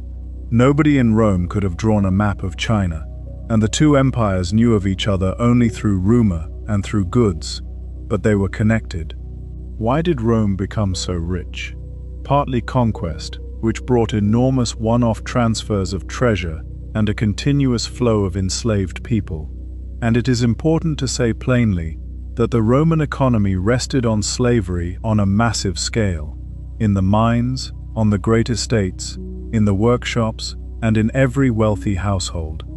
Partly taxation, applied systematically across a huge and productive area, but mostly it was the absence of friction.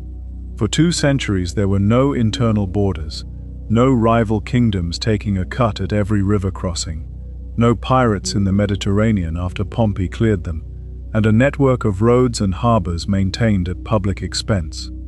Goods could move, and when goods can move, regions specialize, and when regions specialize, everyone produces more. Historians studying ice cores from Greenland have found lead and copper pollution from Roman-era smelting at levels that were not reached again in Europe until the Industrial Revolution. The economy of the Roman world, at its peak, was operating at a scale that would not be seen again on that continent for well over 1,000 years. And then, slowly, in ways that nobody living through it would have recognized as a turning point, it began to come apart. The decline of Rome was not an event. It was a long, uneven, interrupted process, lasting 300 years, with recoveries in the middle of it that were genuinely impressive. It is also worth remembering that the empire did not fall in the 3rd century or the 5th. The eastern half continued, ruling from Constantinople, for another 1,000 years after the West ended. When people say Rome fell in 476, they mean a particular administrative arrangement in the Western Mediterranean. But the difficulties began in earnest in the 3rd century, and they came all at once. The first problem was the succession, which had never been solved. After the murder of Commodus in 192, and the civil war that followed, the Emperor Septimius Severus is said to have given his sons the advice that they should enrich the soldiers and ignore everyone else. It was honest, and it was fatal, because it stated openly what the system had become. The emperor was whoever the army supported, and the army supported whoever paid best. Between 235 and 284, in 50 years, the empire had something in the region of 26 men claiming to be emperor, and that is counting only the ones with reasonable claims. Almost all of them were killed, most by their own troops or by rivals. The average reign was measured in months. An emperor who expects to rule for 2 years does not build aqueducts. He pays the soldiers, fights his rivals, and tries to survive. Long-term administration simply stopped. The second problem was money. Rome's silver coin, the denarius, had been the stable currency of the Mediterranean. To pay soldiers who demanded more and more, emperors reduced its silver content. What began as a small adjustment became a collapse. Over the course of the 3rd century, the denarius went from being a substantially silver coin to a piece of base metal with a thin silver wash that wore off in circulation. People noticed, they always notice. Prices rose, sometimes dramatically. Long-distance trade contracted. Taxes began to be collected in kind, in grain and goods rather than cash, because cash could not be trusted, and that is a very clear signal of an economy under strain. Diocletian, later in the century, attempted to fix prices across the empire by edict, publishing maximum prices for over 1,000 goods and services, with the death penalty for exceeding them. It failed completely, as such measures generally do. Goods disappeared from the market, and the law became unenforceable. The third problem was pressure on the frontiers, and it was worse than anything Rome had faced in centuries. In the east, the old Parthian kingdom had been replaced by the Sassanid Persian Empire, which was far more aggressive and far better organized. In 260, the Persians defeated a Roman army and captured the Emperor Valerian alive, which was an unprecedented humiliation, and he died in captivity. In the north, the peoples beyond the Rhine and Danube had changed.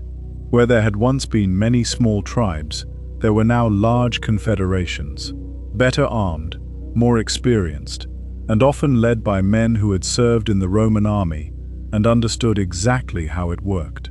Goths crossed the Danube, Alemanni and Franks crossed the Rhine, and in 271, raiders came deep enough into Italy that the Emperor Aurelian built a new wall around Rome itself, which had not needed walls for 500 years.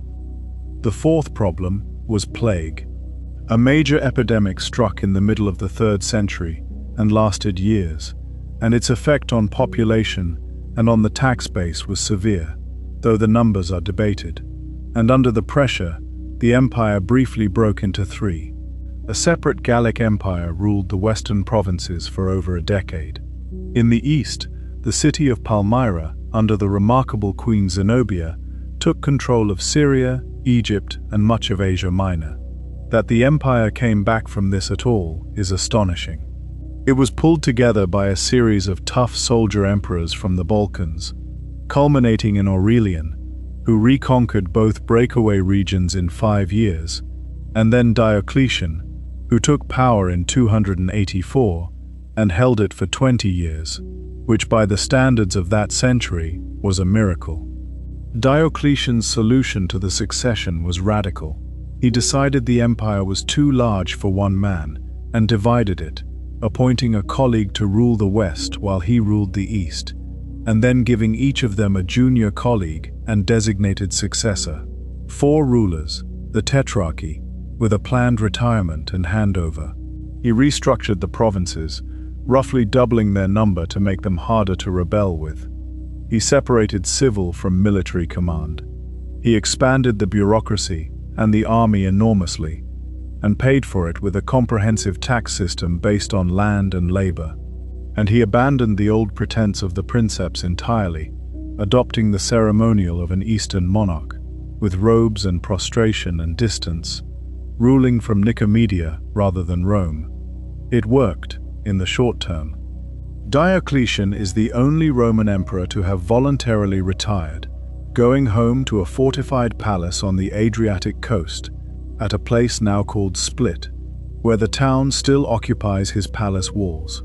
Asked to return to politics, he is said to have replied that if his questioner could see the cabbages he had grown with his own hands, he would not ask. And within a year or two of his retirement, the tetrarchy collapsed into civil war, because designated successors are only successors if the armies agree. Something else had shifted too, more slowly, harder to see. The cost of the state had grown enormously. The army was much larger. The bureaucracy was much larger. The tax burden on the productive population was heavier and increasingly rigid, with occupations becoming hereditary in law, so that the state could be sure the required work was done. Tenant farmers became progressively tied to the land they worked, a process that would eventually harden into serfdom. The wealthy retreated to fortified country estates, self-sufficient, walled, employing their own guards, disengaging from the cities and from public service that had once been the whole point of an aristocratic life. The world was becoming more local, slowly, over generations, without anyone deciding it. And out of the civil wars that followed Diocletian's retirement came a man who would remake the empire more thoroughly than anyone since Augustus. Constantine was the son of one of Diocletian's tetrarchs, and when his father died in York in the year 306, the army in Britain proclaimed him emperor on the spot, which was precisely the sort of thing the tetrarchy had been designed to prevent. It took him 18 years to become sole ruler, and the decisive moment came early. In 312, he marched into Italy against his rival Maxentius, and the two armies met just north of Rome at the Milvian Bridge over the Tiber. Constantine was outnumbered, and on the day before the battle, according to the accounts, something happened. The Christian writer Lactantius, closest in time to the event, says that Constantine was instructed in a dream to mark his soldiers' shields with a heavenly sign. Eusebius, writing later and claiming to have heard it from Constantine himself under oath, gives a much fuller version, describing a cross of light seen in the sky above the sun, accompanied by words meaning by this, "Conquer." Historians debate this endlessly and reasonably. The two accounts differ. Eusebius was writing decades afterwards, with an obvious interest in the story. Natural explanations involving atmospheric optical effects have been proposed. What can be said is that Constantine believed something, or found it politically useful to say he did, and that from that point onwards the Christian monogram, the key rho, formed from the first two Greek letters of the word Christ, appears on his standards and his coins. He won. Maxentius drowned in the Tiber when a temporary bridge gave way. The following year, Constantine and his eastern colleague issued from Milan an agreement granting freedom of worship to all religions in the empire, explicitly including Christianity, and ordering the restoration of confiscated Christian property. It is usually called the Edict of Milan. It is worth being precise about what this did and did not do. It did not make Christianity the official religion of the empire. That came later, under Theodosius at the end of the 4th century. What it did was end persecution and make Christianity legal, and then Constantine went considerably further than legality, funding church building on a lavish scale, granting clergy exemptions from public duties, and taking a close personal interest in church affairs. That interest produced the First Great Council.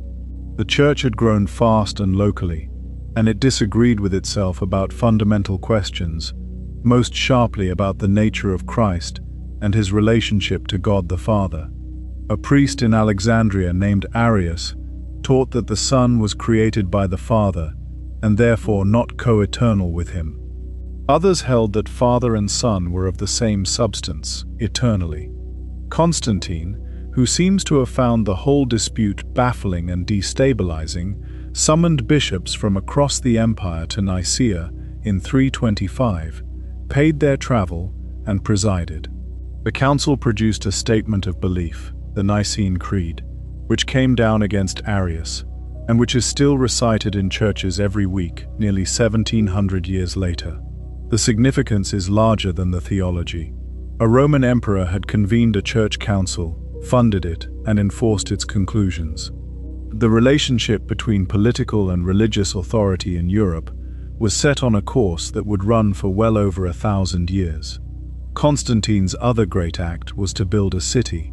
Rome, by this point, was no longer the practical center of anything. It was too far from the frontiers, and emperors had ruled from Milan, Cedrea, Nicomedia, and elsewhere for generations. Constantine chose a small Greek city called Byzantium on the European side of the Bosphorus, at the exact point where Europe meets Asia, on a peninsula surrounded on three sides by water, with a deep natural harbor called the Golden Horn. It is one of the most defensible sites in the world, and it sits astride the trade route between the Mediterranean and the Black Sea. He rebuilt it on an enormous scale, stripped monuments from across the empire to decorate it, gave it a senate, a hippodrome, a forum, free grain distribution and walls, and dedicated it in 330 as New Rome. Everyone called it Constantinople, the city of Constantine. That decision reshaped the map of the world. The eastern half of the empire now had a capital that was rich, defensible, and central to its most productive provinces. When the West collapsed a century and a half later, the East did not, and Constantinople survived, and survived, and survived. It held out through Persian sieges, Arab sieges, Bulgar sieges, and Rus raids. It preserved Greek and Roman literature that would otherwise have been lost entirely, and passed it back to Western Europe centuries later. It fell at last to the Ottomans in 1453, over 1100 years after its founding, and it is Istanbul today. Constantine himself remains hard to read. He killed his eldest son and his wife in circumstances that no source explains satisfactorily. He continued to use pagan imagery on coinage for years. He held the title of Pontifex Maximus, chief priest of the old Roman religion, throughout his reign, as every emperor did. He was baptized only on his deathbed in 337, which was not unusual at the time, since baptism was believed to wash away all previous sin, and there was an obvious logic in leaving it late. Was he a sincere convert, or a shrewd politician who backed a rising movement? Historians have argued about this for centuries, and the argument is not settled. The most common view now is that the question is badly framed, and that he was probably both, in the way that most people are both. What is not in doubt is the result. A religion that had been a persecuted minority faith at the start of his life was, by the end of the century, the official religion of the Roman state, and an empire that had been governed from Italy for 1,000 years had a new center, in the east, that would outlast the old one by a millennium. Now let your shoulders drop a little, and let the story come to its long ending. In 395, on the death of the Emperor Theodosius, the empire was divided between his two sons, one taking the east and one the west. It had been divided administratively many times before. This time it was never reunited. The east held the wealth: Egypt, Syria, Asia Minor, Greece, and the great cities. It had shorter frontiers and better tax revenues, and Constantinople's walls. The west had Italy, Gaul, Spain, Britain, and North Africa, longer land borders, a weaker tax base, and a chronic shortage of soldiers. And out on the steppe, something had begun to move. The Huns, a confederation of horse peoples from Central Asia, pushed westward in the later 4th century, and the peoples in their path were displaced in turn. 876, a large body of Goths arrived on the Danube, asking to be let into the empire as refugees. They were admitted and then treated appallingly by Roman officials who profited from their desperation, selling them dog meat at extortionate rates and reportedly taking their children as slaves in payment. The Goths revolted, and in 378 at Adrianople, they destroyed an Eastern Roman army and killed the Emperor Valens. Adrianople was a shock, but it was not fatal in itself. What followed mattered more, which was that large groups of armed outsiders were now inside the empire permanently, settled as allies under their own leaders, serving in Roman armies but not integrated the way earlier arrivals had been. The winter of 406 brought a further wave. A mixed body of Vandals, Alans, and Sueves crossed the frozen Rhine and moved into Gaul, and the Western government could not remove them. Britain was left to defend itself around 410, and the Roman administration there simply ended. And in that same year, 410, the unthinkable happened. Alaric, king of the Visigoths, a man who had served Rome and been repeatedly denied the recognition and supplies he demanded, entered the city of Rome and sacked it. The material damage was limited. It lasted 3 days. Churches were largely respected, and Rome was no longer the capital. The psychological effect across the Mediterranean world was enormous. Saint Jerome, in Bethlehem, wrote that his voice failed him. Saint Augustine in North Africa began writing his great work, The City of God, partly in response, arguing that no earthly city is eternal, and that Rome's fall said nothing about the truth of Christianity. The Vandals then did something clever and devastating. They crossed from Spain into North Africa in 429, and by 439 they held Carthage, and with it, the Western Empire's richest province and its grain supply. And unlike everyone else, they built a fleet. In 455 they sailed to Italy and sacked Rome again, and this time it was thorough, a systematic stripping of the city over 2 weeks, and it is from the Vandals of 455 that we get the word vandalism. Attila came in the middle of all this. He ruled the Huns from around 434 until his death in 453, and he built an empire based on tribute, extracting enormous quantities of gold from Constantinople under threat and invading the West when the payments stopped. He was called the Scourge of God by later writers.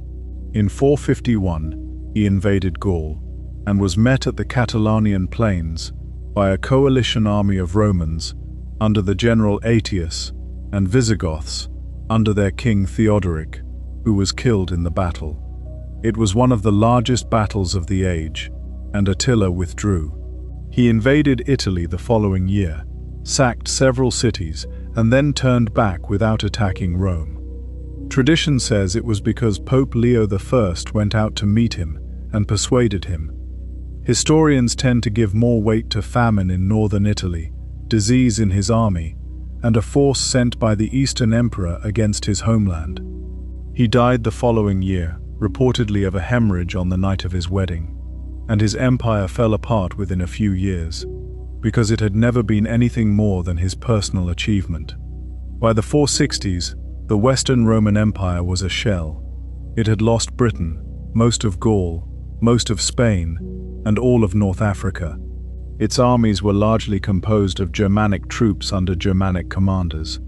Its emperors were young men installed and removed by generals. And in 476, a commander named Odoacer deposed the last of them, a boy who had been on the throne for less than a year, and whose name was, in one of history's more pointed coincidences, Romulus Augustulus. The first Romulus founded the city, and the last was a child with a diminutive nickname meaning Little Augustus. Odoacer did not claim the title. He sent the imperial insignia to Constantinople with a message that the West no longer required a separate emperor and ruled Italy as king. That was it. There was no battle for Rome, no last stand, no announcement. A boy was pensioned off to a villa in Campania, and the Western Roman Empire ceased to exist as an administrative fact, and most people in Italy would have noticed very little difference in their daily lives. So why did it fall? This is one of the great questions in history, and it has never been settled, and it is worth being clear that historians still debate it seriously. Edward Gibbon, in the 18th century, blamed the loss of civic virtue and, controversially, the influence of Christianity in draining energy from public life. Few historians hold that view now in that form. Some have emphasized the economic strain, the tax burden, the currency collapse, and the retreat of the wealthy from public obligation. Some have pointed to the plagues and the population loss. Some have emphasized political dysfunction above all, the endless civil wars that consumed armies that should have been on the frontiers. Some argue the barbarian invasions were decisive, and that the empire was simply overwhelmed by an unprecedented external shock. Others argue that the newcomers wanted to join the empire rather than destroy it, and that what happened was a slow transformation in which Roman and Germanic elites merged, and no fall took place at all. That last argument has been influential and has generated a strong reaction. Some scholars have pointed to the archaeology, to the disappearance of mass-produced pottery, of coinage in small denominations, of large buildings, of literacy outside the church, and argued that whatever we call it, standards of living in the West fell sharply and stayed down for centuries, and that we should not be delicate about calling that a decline. The lead poisoning theory, popular for a while, is now generally dismissed. The most honest answer is that it was all of it, compounding. A state under permanent financial strain, with a broken succession, fighting civil wars while under external pressure, losing its wealthiest province to an enemy with ships, and gradually becoming unable to pay the armies that were the only reason any of it held together. And in the East, none of that combination applied with the same force, and so the Eastern Empire continued for a further 1,000 years. Let your breathing settle now, and let the centuries fall away, because we are almost at the end. The strange thing about the fall of Rome is how little of Rome actually disappeared. Start with the law. Roman law was the empire's most sophisticated invention, and it survived the state that made it. In the 6th century, the Eastern Emperor Justinian ordered the whole vast contradictory mass of Roman legal writing to be collected, sorted, edited, and codified.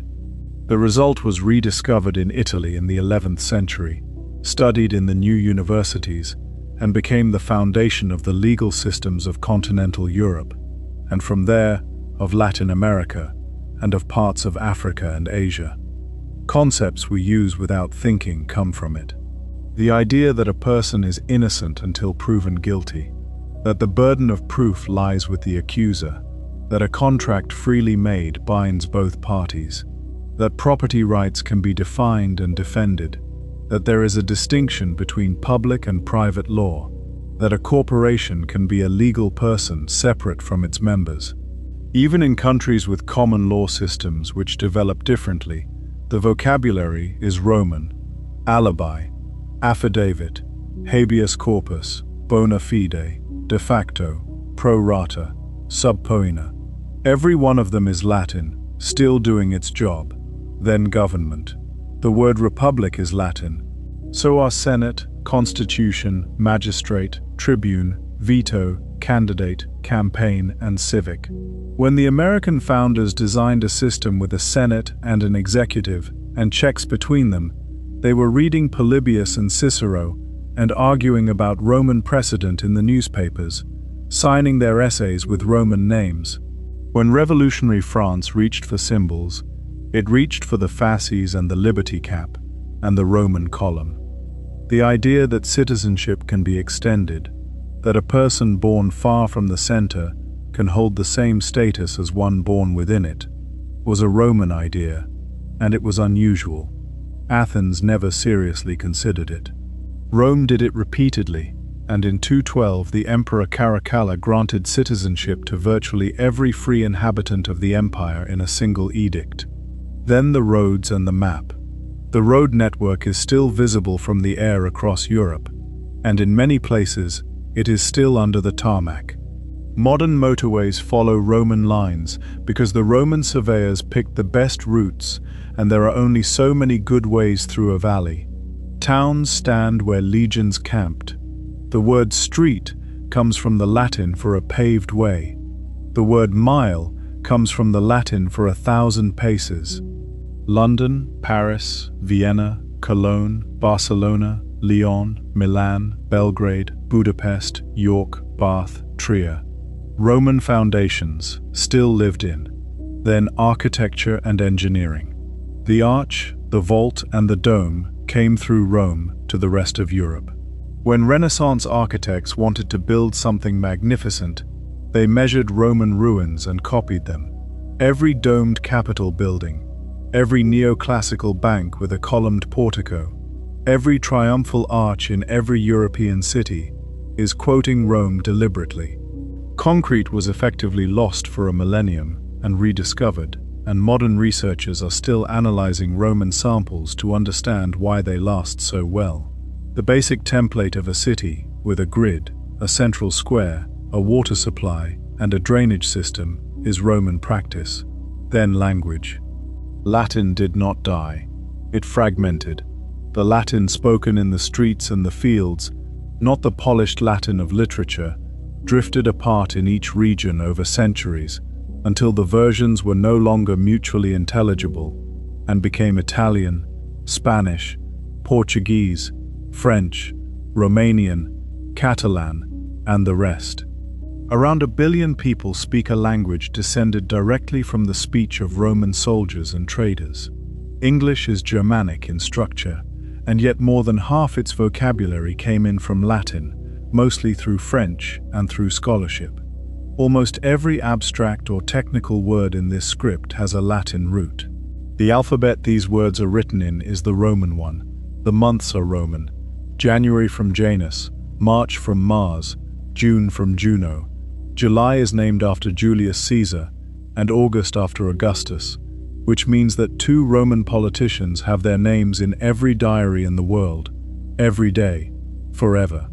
The calendar itself, adjusted slightly in the 16th century, is Caesar's.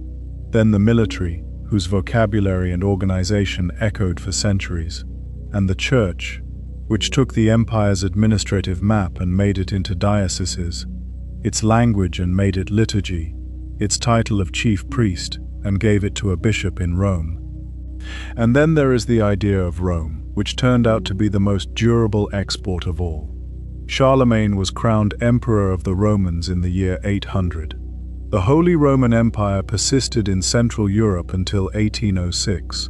The Russian Tsars and the German Kaisers took their titles from Caesar. The Ottoman Sultan who took Constantinople called himself Caesar of Rome.